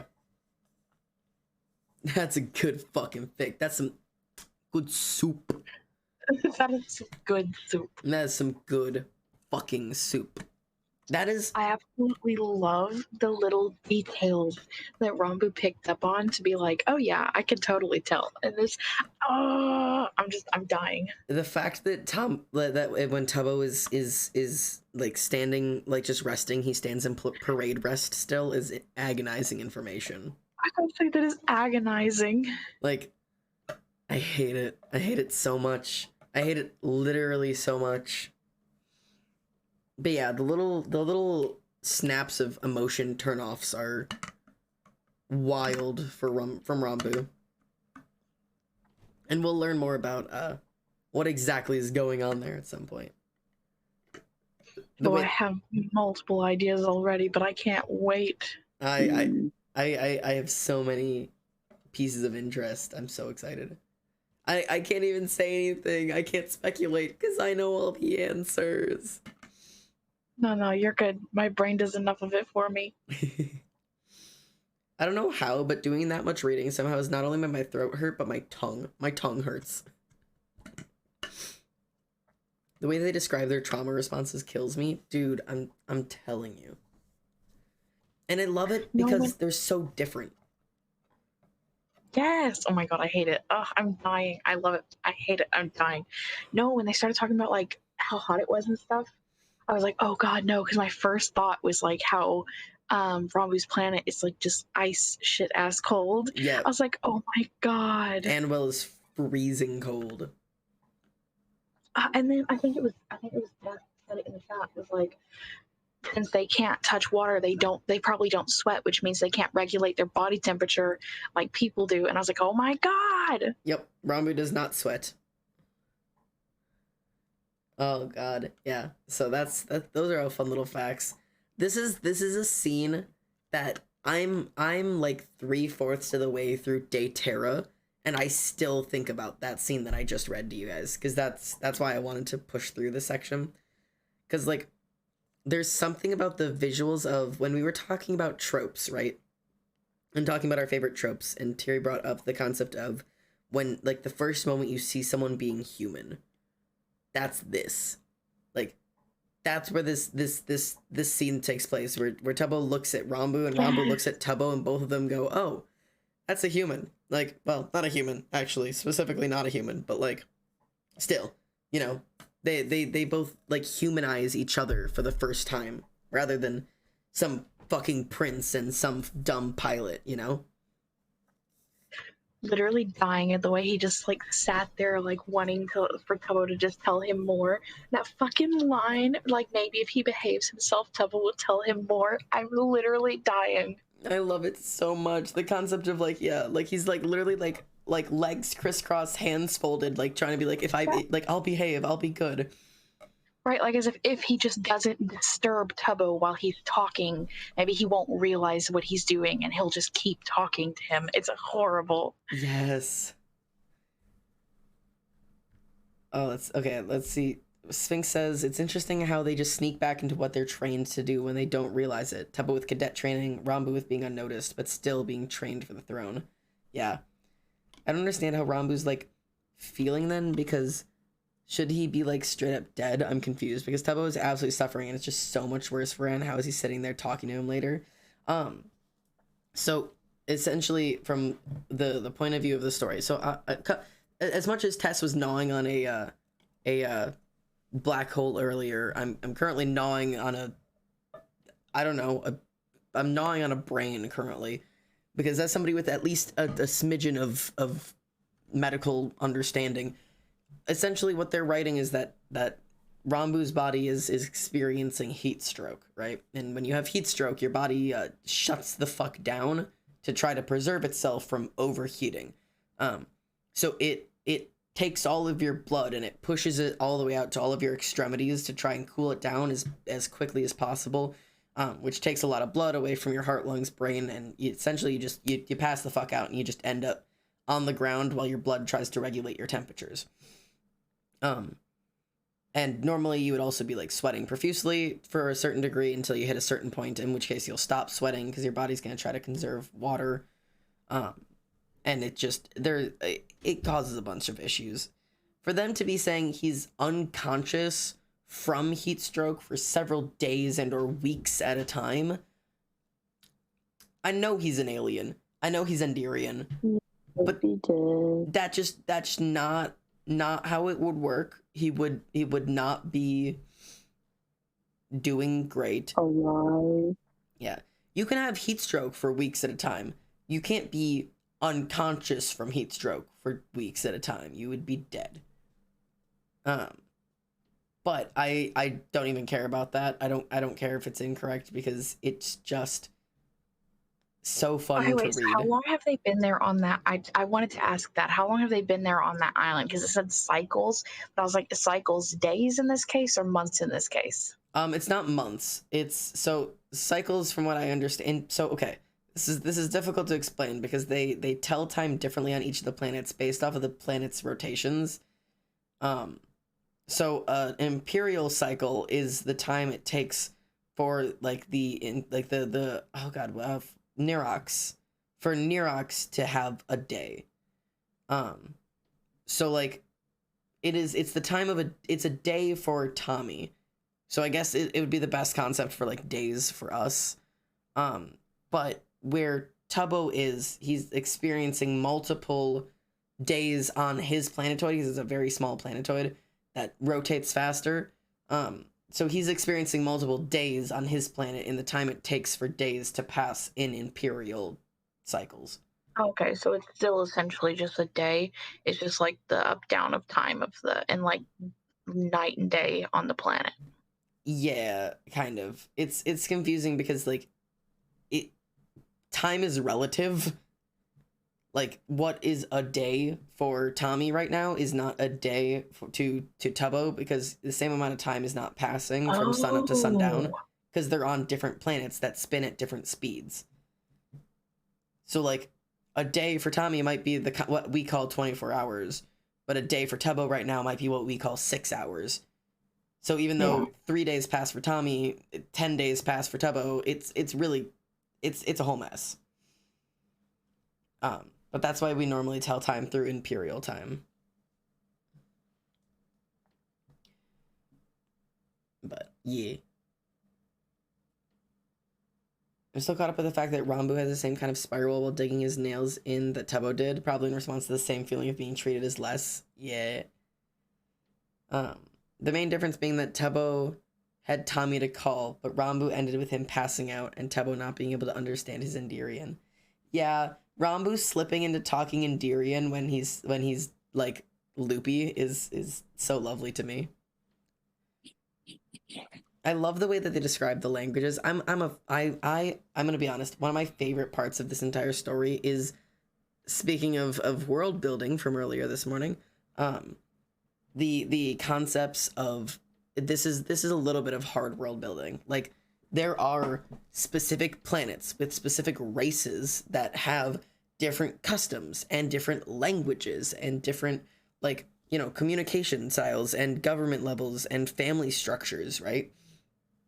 And so, like, we get to hear and learn about, like, what Endirian sounds like and what the different races think of, like, Endirian language. They think it's cold and they think it's, you know, distant and strange, because it's very, like, long and warbly words kind of thing, versus what Tubbo's race speaks, which is Mellifera. And, like, Mellifera is, like, very, like, I'm gonna be honest, this has to be on purpose, and if not, I desperately I wanna ask Helenite, like, I don't know how I'm just gonna message on Tumblr or something. I need to know.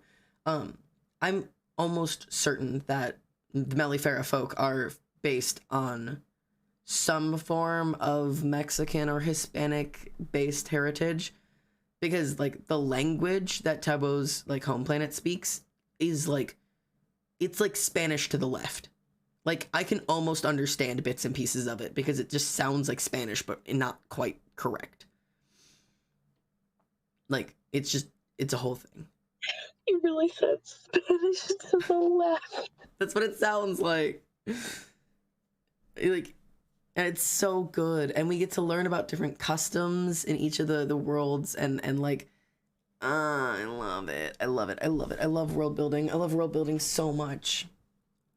Man, I can't wait for more of this to be read.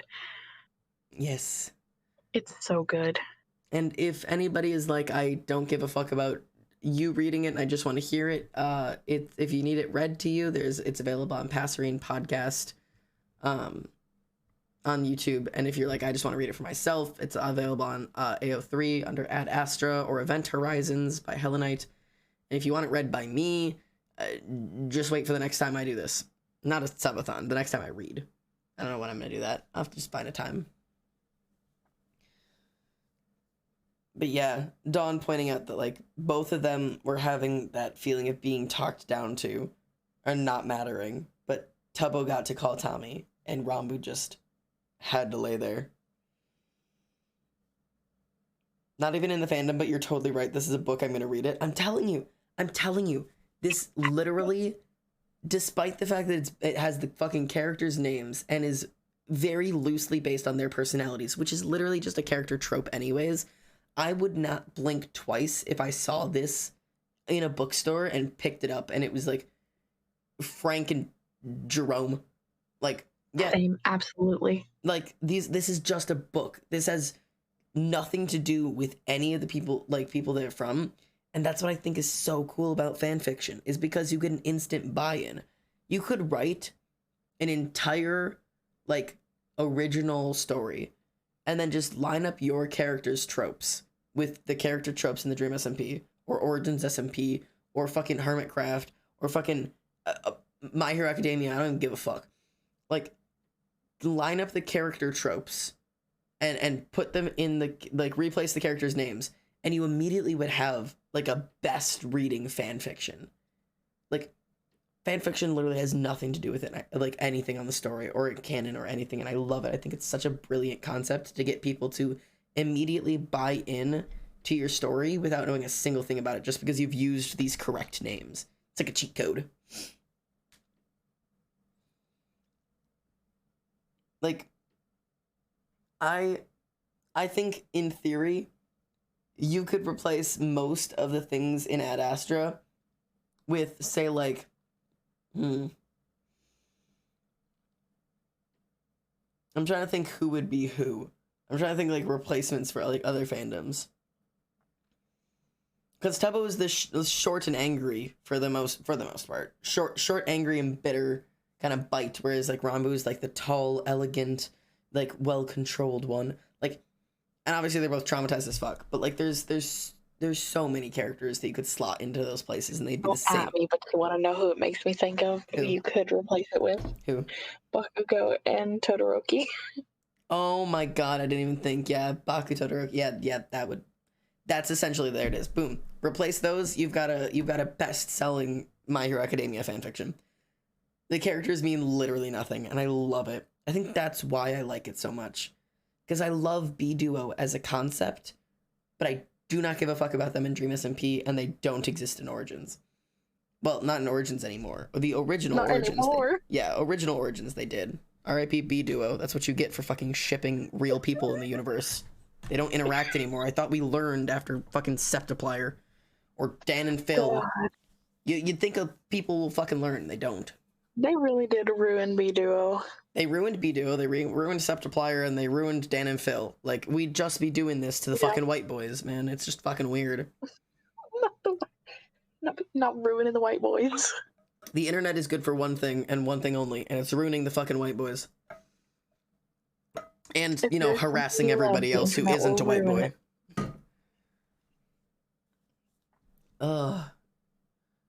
That's what the internet is. You're gonna get harassed and called slurs if you're not a white boy. And if you are a white boy, you will just get shipped with your friends. Yeah. I need to pee. Exist. I believe in you. You probably shouldn't. Oh god. We're figments of the imagination. No way.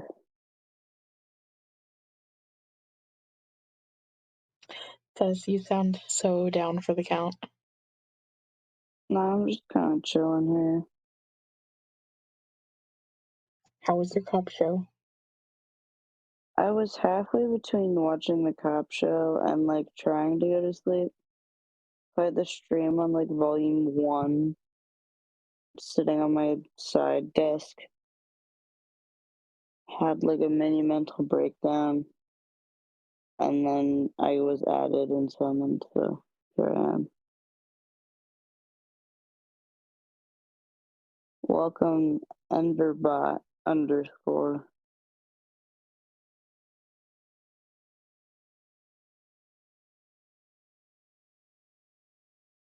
Chose a very inopportune time to follow.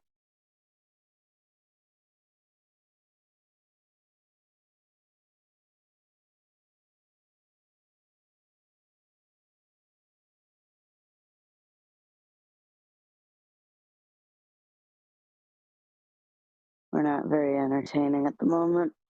Xander's taking a piss. It's the natural order of things.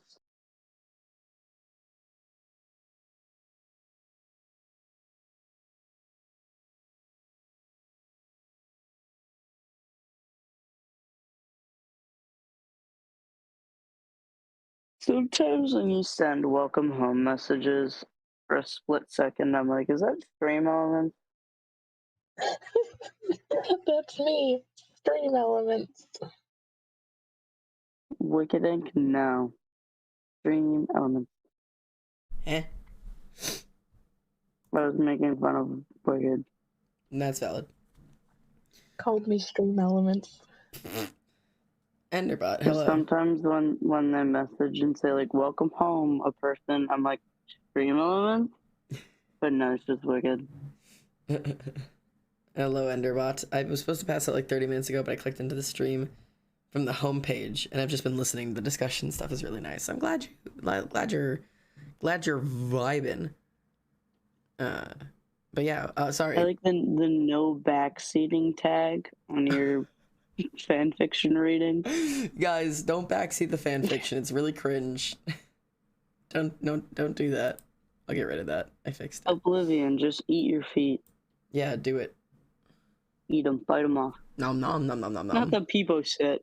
People sit. What a polite chatter. We accept polite chatters here. But yeah, Enderbot, I was busy not existing. But yeah, welcome home and thank you for the follow. Sleepy cast, we're gonna call this. Constantly updating the name on the thing. Oh my god, we need A few bombs. 13 more followers. No. 18. Yuggy. I know how to count. 18 more followers. 18 more followers and we'll be at 4K. I'm gonna hack into the VC just to read the FC out loud before you can. What's an FC? Fic out loud. Oh, the fic. Oh, the fic. You're gonna hack in to keep reading for me? Alright, tap in. I will punch you in the face. Tess is done with your bullshit and mine, apparently. I need, like... Not you, Dawn. Oh. I cannot mentally handle any more Ad Astra tonight. Listen, it has been... It's been, like, several hours, isn't it? Yes. How long have we been reading Ad Astra? 3.5 hours. Really? 3.5? Yes. Oh my god. No, we were talking... Like 2.5 hours. That makes more sense. I was like, okay, because we were talking about nursery rhymes when it hit 9 hours left. No, because you were like, I'm starting at 11 p.m. So my brain was like 11, and then I added to my time currently, but it was 12 my time when you started. Yeah. Okay. My brain did a math. Yeah. So Don't trust me to do math at 2:30 in the morning. No, it's okay. So it has been 2.5 hours. Dad, go to bed. You're so tired. Be father. You require sleep to function, please. I am genuinely fucking exhausted. The question is, does that mean I go to bed now, or do I just... Do I not go to bed? That's up to you. I do have a half of a coffee here I could just keep drinking.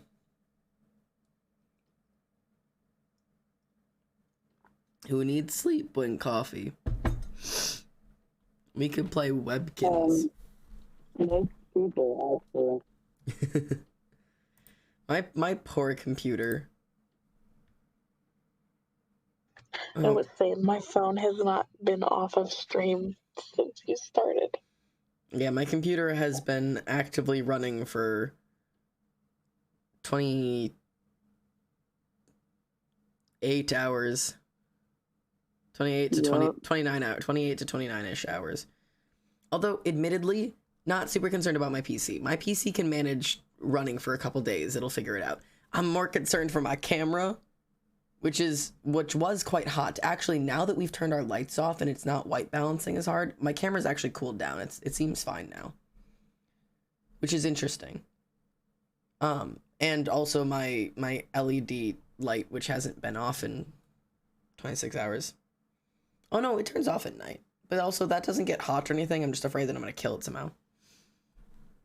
Damn right, your PC can handle running for a couple of days. Yeah, no, my PC will be fine. Although a couple hours ago it did have an update, and now it's asking me to restart to install its updates, and I'm like, I'm sorry, dude, you have to wait, man. or busy. You'll get your updates soon enough. I dare The you. Windows updates. Yeah, it's nothing important. Put down the jitter juice. Why would you not go to bed? But I dare you to get some sleep tonight. I'll sleep sometime.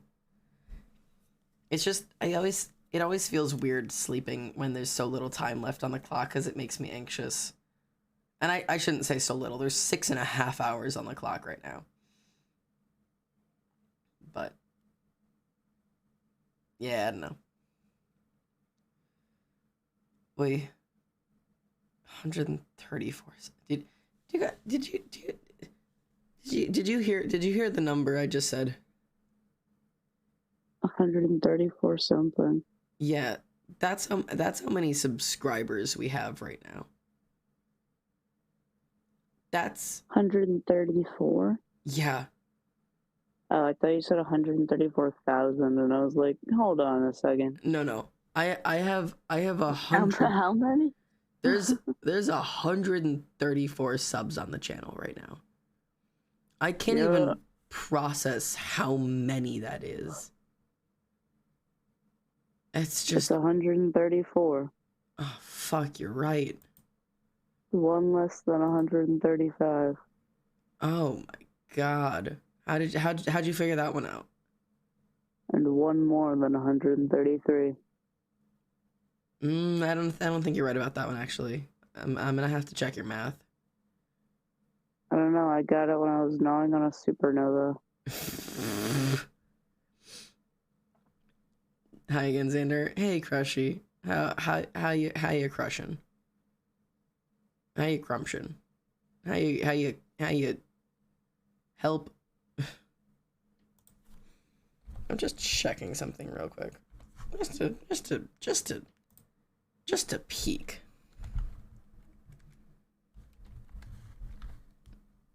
Oh god. Xander, I almost had a heart attack because I thought that was showing on stream, but then I realized it's just on the screen in Discord. I forgot I'm sharing my screens in Discord. Get out of there. How long has that been going on? Literally The whole time. Oh god. What are you looking at? What am I looking at? Yeah. I have now we don't know. I have information you shouldn't be seeing, that nobody should be seeing. I'm putting in passwords and shit. I can't fucking type right now though. Well, what are you trying to look at? Admittedly, my PayPal. Oh, okay. I thought you were gonna say my numbers, and I was gonna come shoot you in the back of the head. Oh wait, hang on. Am I? God damn it! I'm gonna fucking lock myself out of my fucking PayPal. Don't do that. I hate My when... AirPods are crying right now. There we go.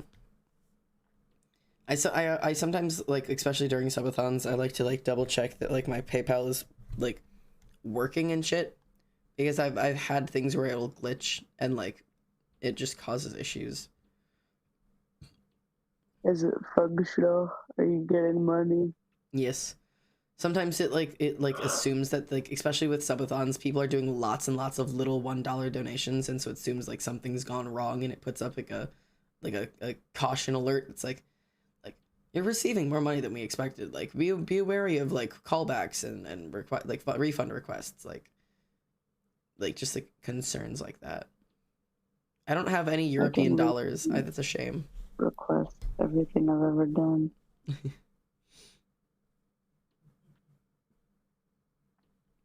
Alright, yeah, no, it works.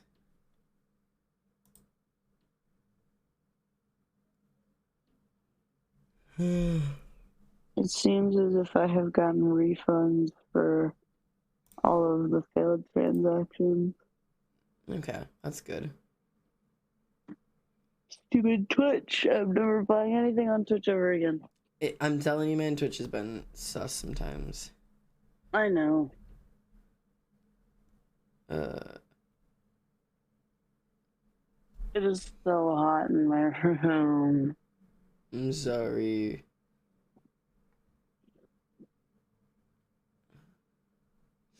I'm running off of literally like 4 hours of sleep, and I have to work in the morning. Bro, go get some fucking sleep, you walnut. Well, technically, I don't have to work till 2, so that's not really in the morning. What? This stream feels like a late night car ride. It does feel like that. That's a really good comparison. If I go to bed now, it's like 2 in the morning. If I go to bed at 2, 3, 4, 5, I'd probably wake up at like 5, which would give us like 3 hours left of stream.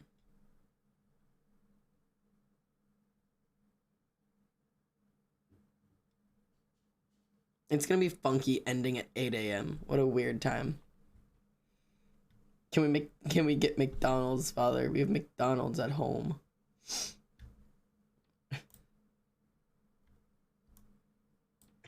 The McDonald's at home is like the dehydrated food packets that don't have the rehydrator.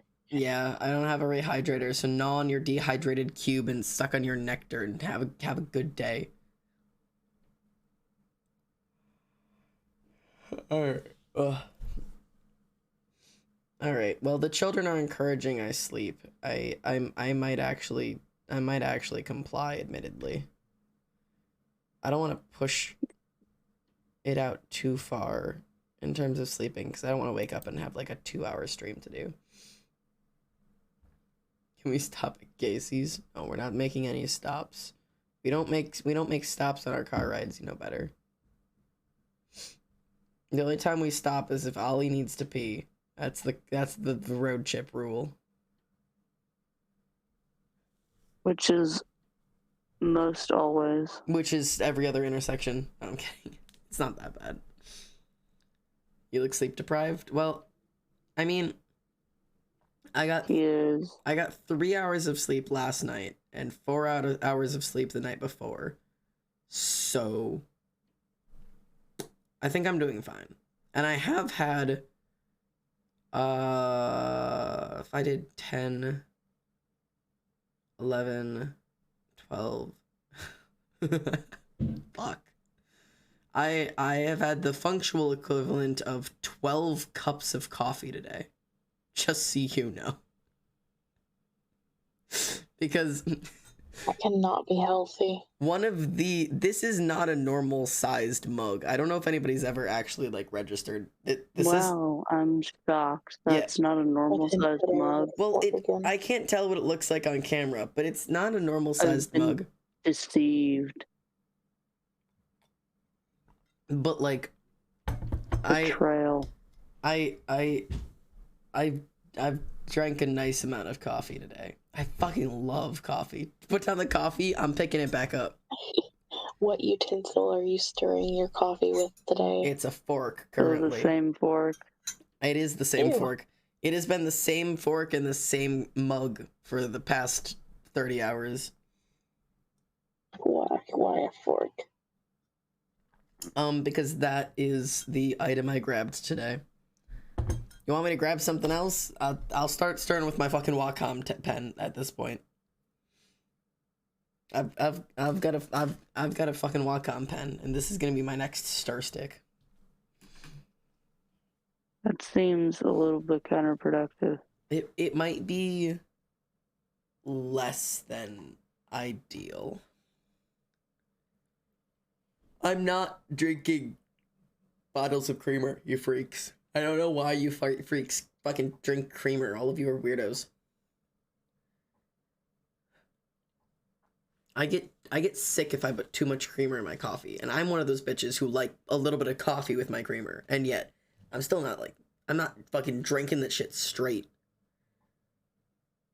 Yeah, you got a concern. I've got concerns about you. Can we stop and get coffee, please? Why are we role playing a road trip?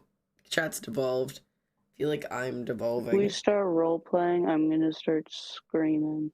Tess, what if I request you start streaming? Not streaming, screaming. I'll do it. Tess goes live. It's just a 5-hour montage of me shrieking. That would be beyond impressive. I wonder how That much would be the day I die. I wonder how much like clips or videos this stream or video can have of just how long I spent either doing this, like rocking back and forth on my chair, or the swivel back and forth. Like, I'm never not moving in this chair. Like, if I ever stop moving, I think I'll combust. I think you've got a couple mental illnesses that can be attributed to that. Yeah, probably. Just a few. I can name one or two. All right, go ahead. I believe in you. ADHD and autism, that's your explanation for literally everything. Yeah, I've actually discovered that I don't actually have a personality that was also caused by the ADHD and the autism. Yeah, same. Yeah, and I actually don't have any likes or dislikes. All of those are also just symptoms of autism. And I told Wicked when you were taking a piss, right before you added me to say that you were done, I was having a mini mental breakdown. oh, Actively in tears when I got back onto the call. what was going on over there? I had the stream very quietly like running because I was like, oh, maybe I'll just like sleep. And then my brain was like, okay, I'm going to vaguely register the words that Xander is saying. And then I realized why I don't consume any space media anymore and had a mental breakdown. I think I might have missed a few connections there as to what triggered why you don't consume space media. If it was just really that bad, or if there's something else I'm missing. But no, it's because my entire life I've wanted to be an astronaut, and that's not something that I can achieve because I'm one generation off of space exploration. yeah. So the most I can ever hope to do is get past Mars. Yeah. So anytime that I consume space media, it makes me violently want to throw myself off of a building. That makes sense. Not to mention it's also horribly unrealistic. Well, and it makes me jealous of the funky little space creatures. Yeah. It makes me jealous too. And I don't think. Yeah, but you see, I've spent my entire life studying this. No, I know. That's what I was saying. I don't think it's the same way, or the same type of jealous. But Bro, calm the fuck down in chat. Hey, Crushy, chill out, bro. Chill out. It's bro. It's 2 in the morning. Chill the fuck out. 2 in the morning. You cannot be having a family role play with this adult streamer on the internet. It is 2 in the morning. My brother in Christ. How do you want siblings? Who's going to impregnate almost Xander? What? No. Who's volunteering? No, backup test. Nobody wanted siblings. It's me and my siblings demand a puppy. Not nobody's. I thought they said I want siblings. No, Tess. Nobody's. No, God, please don't demand siblings of me. I can't. No. Oh God. Right now. You already have a puppy. It's right here. Your there's puppy is fucking. What's its name? Xanax? No, it's dog. Zesper? Oh.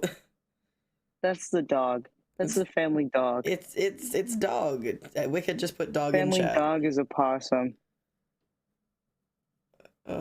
Family dog is a possum. I'm going to fall asleep on my keyboard. I suggest falling asleep to the left, right, or below your keyboard and not on it. I'm upset I don't think I'm going to be able to wake up early enough to catch the end of stream. Yeah. That's something I was thought about. Even if your siblings and you all watch it together, just the formatting of that message, you gotta just type normally. Yeah, you're... Please and thank you. My mods are too tired to mod at 2 a.m. I apologize. I'm with them on this one. I don't know where I am anymore. Drop the IP address, I can help. Exact latitude and longitude. Okay, hang on. Let me. Preferably. So latitude is about 69,420.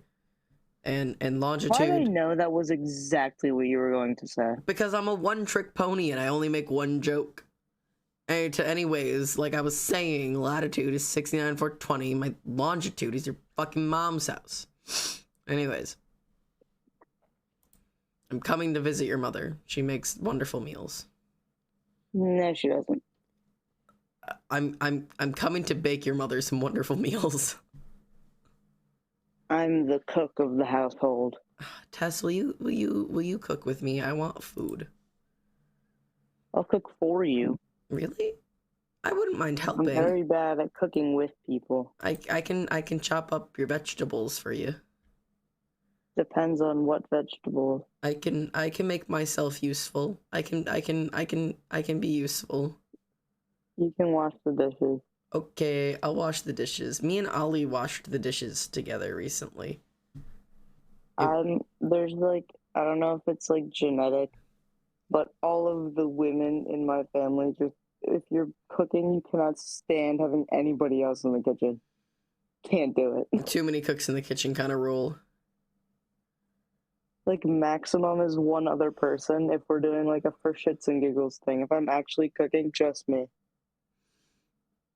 Yeah, it's like a control over your space kind of thing of like, all right, I know how everything's got to work right now, right here. Don't touch it. Yes. A I question. still need to make that pickle ham concoction thing that Xander brought up a while back. Oh yeah, ham pickle roll-ups.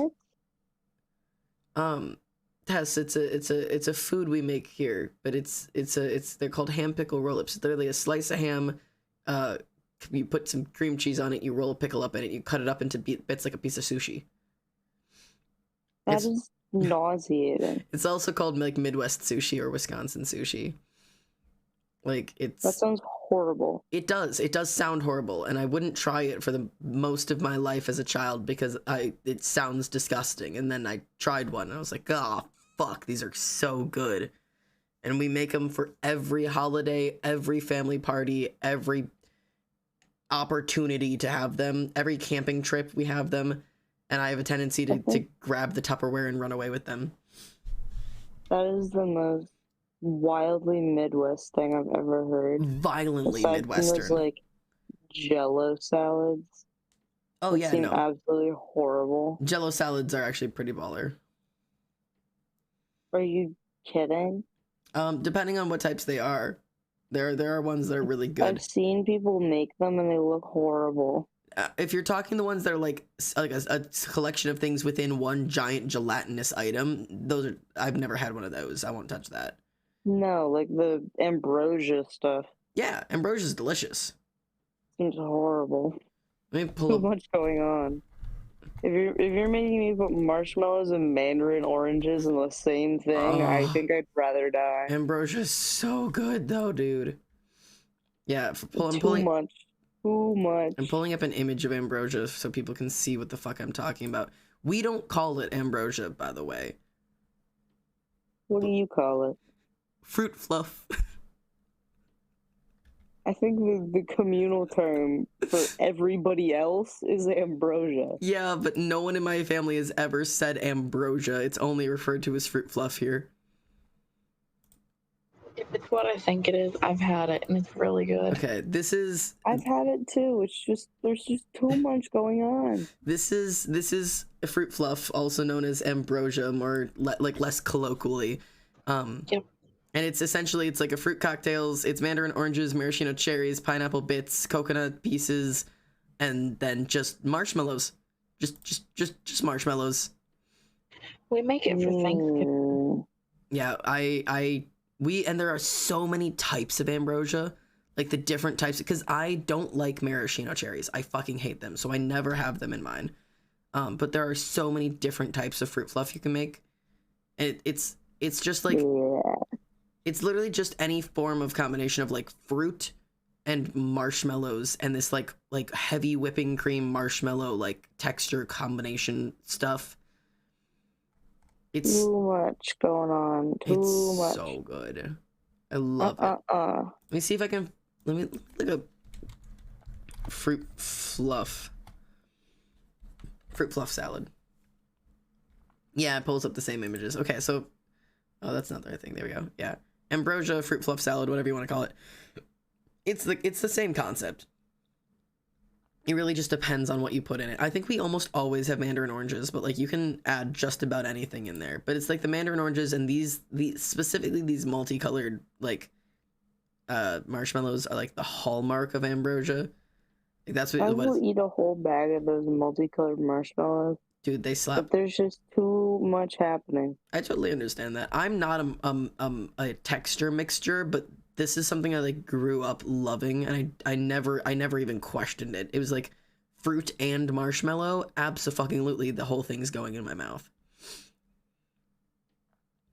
Yeah, like see, you can do like strawberry fluff, you can do orange fluff. Admittedly, that one doesn't look bad. The strawberry one. Yeah, and it's like same concept. It's really Jello and marshmallows and like the like condensed, like sweetened condensed milk or whatever, and then whatever fruit you want and whatever marshmallows you want.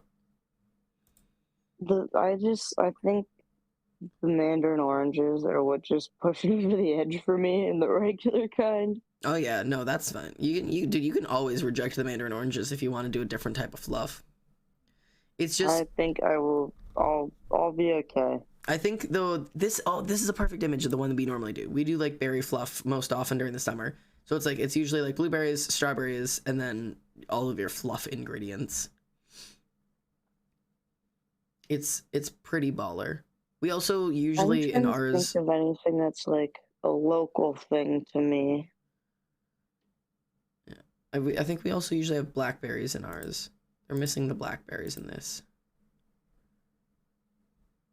It's usually strawberries, blueberries, and blackberries. Yeah, I don't know if there's anything like around me that's like a local thing, you know? Yeah. Cheesesteak. Let's see if I can pull up an image of ham pickle roll-ups for you. Yeah. So, chatters, these are ham pickle roll-ups. It's literally a pickle, cream cheese, wrap it in ham. This is it. That's what it is. It's the most absolutely I have vile. such mixed feelings. It's such a fucking weird concept, but It looks so phallic. It looks good, but disgusting at the same time. The green of the pickle is throwing me off. it's I literally don't have a good excuse for it. It looks fucking vile. And not justify whatever No. the hell is going on I'm gonna here. have to go to Walmart tomorrow and get the ingredients and make that shit. Yeah, Absolutely not. I first off, I'd like to commentate, and I'm just gonna make this super clear. Several of these people would be kicked out of my family for making just the worst roll-ups. I'm looking at these people right here. This is a way too heavy cream cheese ratio to ham. Absolutely fucking not. That's gonna be a no from me. Same one as clicking into this. That ham, far too thick for wrapping. Your ham is way overpowering here. The right way to do it is this shit. And I know it looks like a complete fucking mess, or like this one. Even this, your cream cheese is getting really thick on some of these. But like, it's meant to be, and your ham is too thick. You've got the thick wrap ham. It's supposed to be the thin slice, kind of like, not shredded, but thin slice ham. Just a quick layer of cream cheese, and then wrap that pickle up. These people are idiots and did pickle spears. You're supposed to do the little pickles, so when you cut them, they're nice and flat like that. But yeah, they're called ham pickle roll-ups, also known as Wisconsin sushi, Midwest sushi, or apparently Lutheran sushi, because I guess it's a Lutheran thing. But yeah, that's... I know there's a lot of seafood stuff near me. Okay. We're real close to the shore. Dill pickle That's about sushi. it. Nothing fun.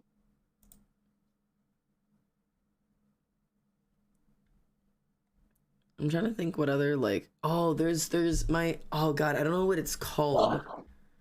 Hang on. Snickles? What the fuck is a snickle? What's a snickle? Like a pickle Snicker.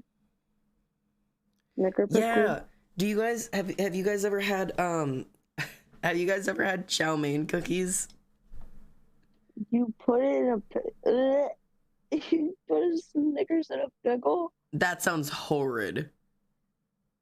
I don't like You Snickers, just so eat that chow would be mein cookies. horrible. Yeah. Have you ever had chow mein cookies? No, is You it chow cannot mein be a married Chinese to the noodle? Yes. refrigerator. Chow meins are chow mein is a type of noodle. A noodle cookie? Okay, no, hear me out. So, hear me out. Chow mein is like when you. This is good. I'm gonna get some looks for this one, but I swear it's a thing. I can pull up an image of it, and they're delicious. So, chow mein noodles aren't like normal noodles because they're like very thin, like crispy type of noodle. When you, well, they're very like, well, they're not crispy when you cook them, but when they're not cooked, they're nice and crispy. Like they're like crunchy, kind of like uncooked ramen, where it's like that type of like little crunchy crisp that people will eat. Like you don't eat normal pasta raw, but like people eat ramen raw, and this is the same type of thing. And so you just take like a fist of dry chow mein noodles, and you just dip it in chocolate, and this is what it looks like. This is chow mein cookie. It's just chocolate covered uncooked noodles. No, I think I've seen that before. They're literally so fucking good. Haystacks, that's what they're called. That's what I'm used to calling them, is haystacks. I've never had that, but it kind of looks good. Bro, I've they're seen that before. so fucking good. My great grandma makes these, and this one you can see has little pieces of like salt in it, like rock salt or whatever, or sea salt. But you can do like anything in them, or you could just do them completely plain, and they fucking slap. It's so good. I love these. These are so good. Mm. Man, I really could go for some chow mein cookies now.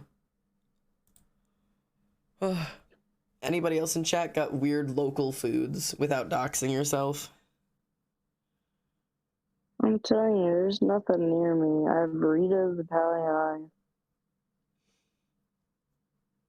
I don't even know if like chow mein cookies are a local thing, or if it's just like something I know my family does that other people might think are weird. I've heard of those, so I don't think that those are like a local, maybe not. Okay, so maybe there's a little bit of a weird food in general, like to the general public. I know that near me there's this specific type of cookie that people make. It's a very Italian American thing. And since I'm really close to like New York, New Jersey, there's a lot of Italian Americans near me. They're like those really thin lace cookies that are like slightly anise flavored that are super hard to make. Lace cookies? I don't know what they're called, but there's like a special iron for them. I mean, lace cookies are a thing. I just Googled it. I'll try and find the thing. If it's these, they look Oh, the baller. pizzelles. They're called pizzelles. Can you spell that for me? Pizzelle. Pizzelle. Oh. They're super hard to make. Oh, wait, not And that. those are really local to me. Yeah. Like people around here like hand make them. These are brilliant. I love these. And I got a bunch of like all the Amish food is near me, like shoe fly pie. That shit slaps. I do have a couple weird food combos. Whoopie pies. Death, what's your weird food combo? Whoopie. You know what a whoopie pie is? Whoopie pies slap. I love a whoopie pie. Those are super, like, those, like, originated in my area, too, because I live in a really big Amish area. Like, sometimes I see horse and buggies going down the road. It's wild. I'm trying to find it. I don't remember. I don't know anymore.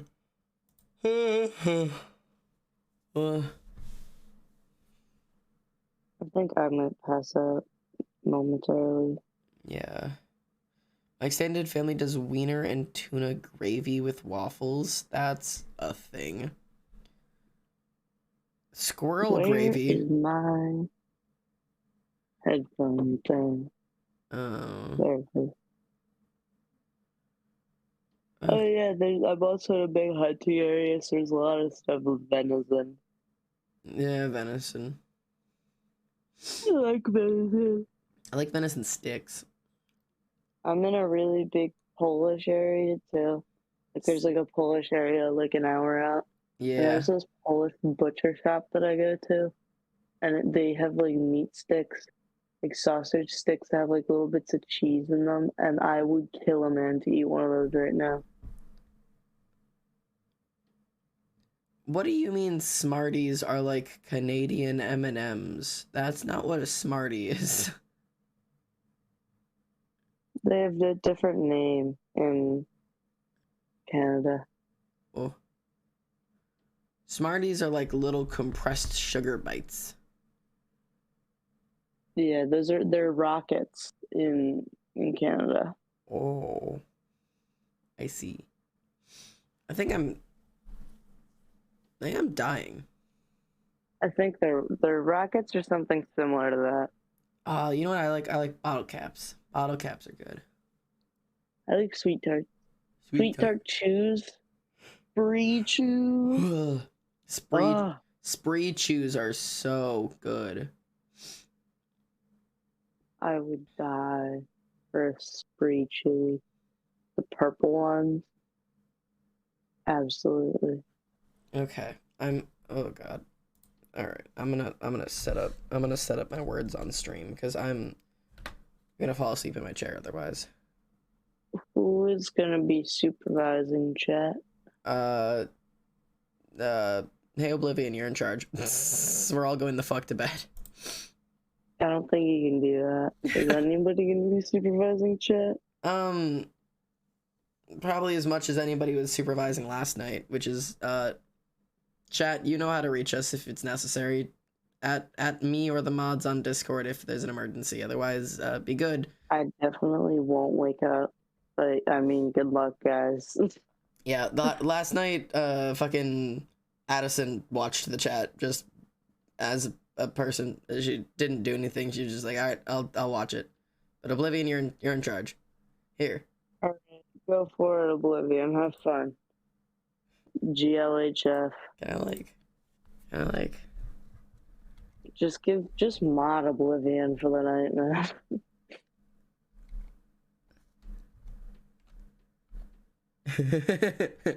Hey Abby, talk and You mod Oblivion. maybe. Oblivion, look at you. You get that green sword. Hey Oblivion, you've got honorary mod. Have fun. Have fun. We'll take it away tomorrow morning. I need to go to bed. This is it. Oblivion's like, what? Hold on.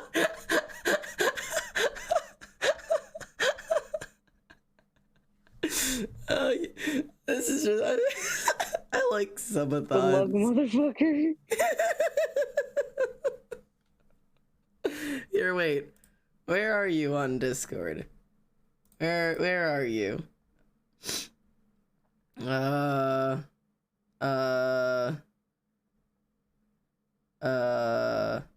I don't remember how to find you. You might need to refresh stream. Yeah, you'll probably have to refresh. How do I find Abby? But you're most certainly a mod right now. That's true. Where did is this Oblivion? Is this you? Yeah, Sleepy Rat. It's okay, Oblivion. Just press the trash can if anything looks weird. I have it on Twitch. I don't know how to mod on Twitch. Help. Yeah, you're suddenly a Twitch mod. Just figure it out. Oh, if anybody says anything weird, just click the little trash can and delete the message. You're fine. Yeah, I can kind of help if you need tips. I like just setting my chat up like, all right, you guys have to mod yourself tonight. We're going the fuck to bed. Don't be mean. Bye-bye. Oh my god, that's really funny. I can ban people. If you abuse that, I can see that. Just so you know, I will see everybody you ban. We have a mod log. Yeah, we have mod logs. Don't cause We can issues. ban you.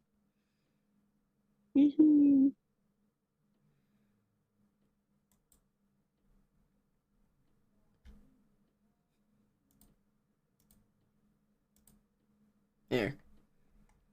Press and hold, I think, on mobile. And I think you can delete messages. Yeah. Yeah. Sorry, I'm grabbing something. Bestie, I'm on mobile. What trash can? Yeah. That's Oblivion on mobile just suddenly being given mod for just no reason.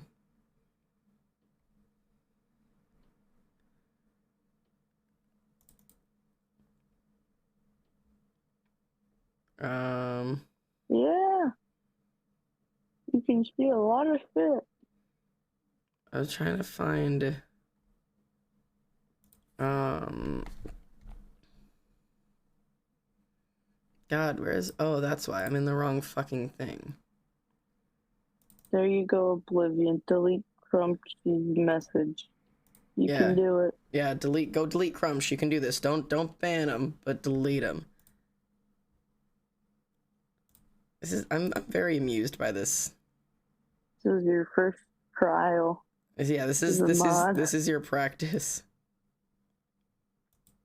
I don't know why I've just decided that this is what you're doing. Oh yeah. Yeah, you did it. I'm so proud of you. Look at you. I'm so proud of you. All right, let's see now. All right.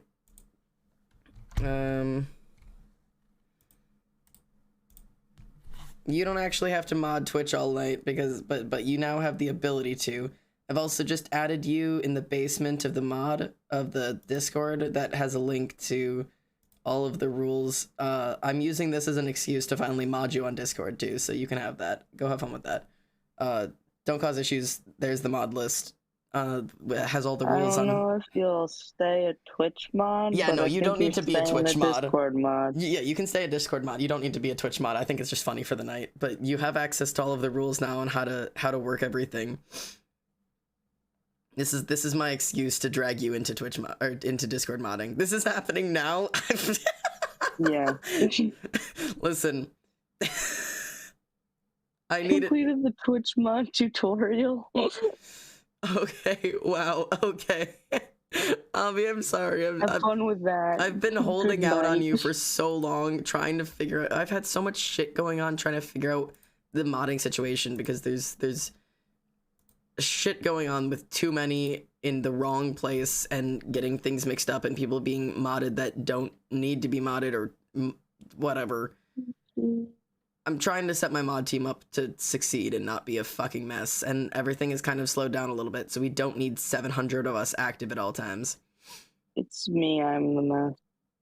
I think I'm actually gonna make a separate upper level mod range for royalty, just because I think it's gonna be easier. Just make us admins so we can edit the stream. You want to know who the only person who has access to that? It's AV Yellow. Yeah, it's fucking AV Yellow. Stand her. Oh god. It's 12 a.m. and I've just been modded on Twitch I'm and going to bed. Okay. I'm going to bed. Night, Taz. Avi, why the fuck are you here? It's 2:15 in the morning. What are you doing here? I've been here for hours. I just always said her name. Oh my god, I love you. I'm first off, I'm so glad you're here. That's so funny to me. It is can you know how funny it is that you are the only person with access to my fucking admin powers on Twitch. You could rename this stream anything you. It's so funny. Yeah. Bye bye. I'm asleep. Night, Daz. Bye. But yeah, it's just fucking hi, Avi. I love you. I hope you're doing well. I'm built different. You sure are. I'm in a fucking hotel and I gotta pack. No, Abby, you don't actually have to stay up. I thought it would be funny to mod you, and it was a good excuse to get you modded on Discord. That's what you get. You're fake Twitch mod for the night. I think it's funny. Avi should just ruin the spelling. That's so true. Look, you don't even have to stay up. Look, Avi's here. She's a mod. She'll handle it. Avi will stay up all night and mod for you. Avi, I'm glad you volunteered yourself for this position. Oh god, I think I'm fucking dying. I've had like 7 hours of sleep in the past 2 days, and I feel like I'm gonna throw up. God, I love it here. I love it. Yeah. Twitch, Ink, are you still conscious? Ink, are you conscious? That's gonna be a solid no. Okay, Ink and Tyrio are dead. I'm gonna leave this call so that nothing else happens here. I'm gonna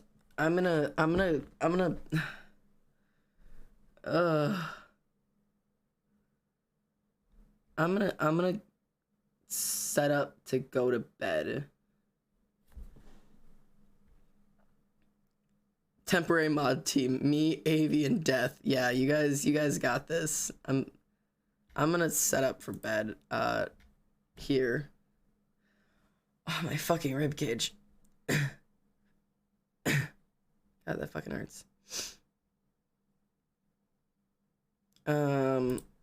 Look, it's the silly goofy game, chat.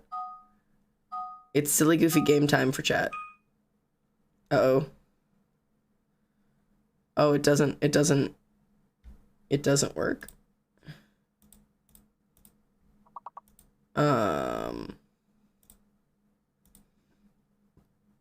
Hang on.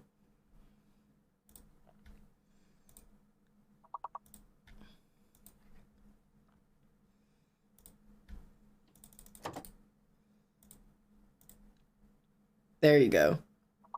Guys, it's silly goofy game time. It's silly goofy game time. I'm gonna go pee and I'll be right back to say goodnight. You guys can play your silly goofy game for a moment.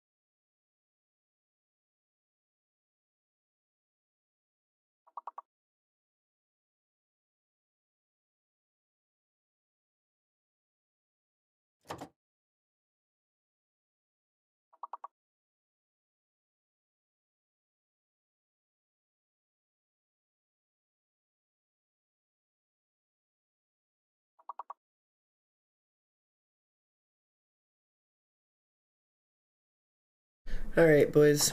You guys have some music to listen to. You have some games to play. I am officially gonna turn in for the night. I've brushed my teeths. I'm gonna... Oh, God. I'm gonna go lay down and take a snoozer. I have... Yeah. Oh, yeah, I can update the alarm. This stream will not be live at 9 a.m., so it's not gonna go off then. All mods who are currently in chat, thank you for being awake this late. You do not, under any circumstances, have to stay the whole night. In reality, our chat doesn't usually get problematic, and the worst thing people can do are just be assholes, so it's not like I'm super crazy concerned about what could possibly happen. If you're willing to stick around and keep your peepers on it, that's super chill. If not, don't feel any pressure to. I can't ask people to do that kind of shit. I'm gonna edit the stream info real quick.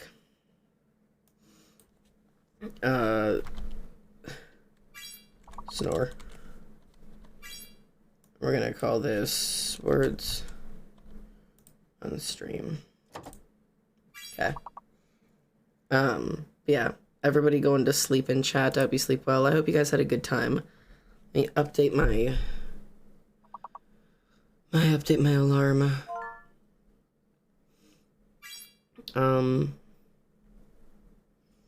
It's 2:20. 3, 4, so like what, 5:30?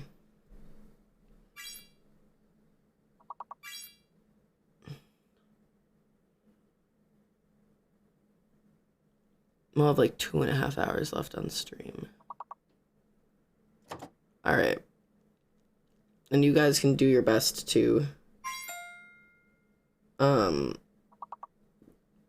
keep the time up if you want to, but I will wake up in 3.5 hours, which will leave us with 2 hours of stream left. Half hour will take us to 5. 3 hours will take us to 2 hours left. Okay. So theoretically I'll wake up and have 2 hours left of stream. Do as you please until then. If I wake up early, I'll wake up early and we'll just come play then. Alrighty? Alright. Oh god. Wait.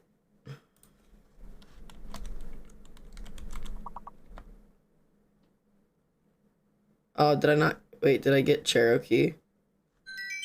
No. But you guys did get to level 4.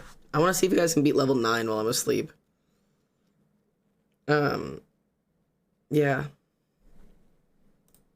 Anyways, good luck, gang, and I love you. I'll probably be on my phone for a little bit to say to just play around and chat and say goodnight to everyone.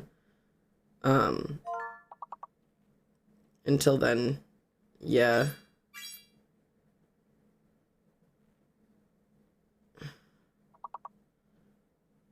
Yeah. Alright, love y'all. I love you, good night.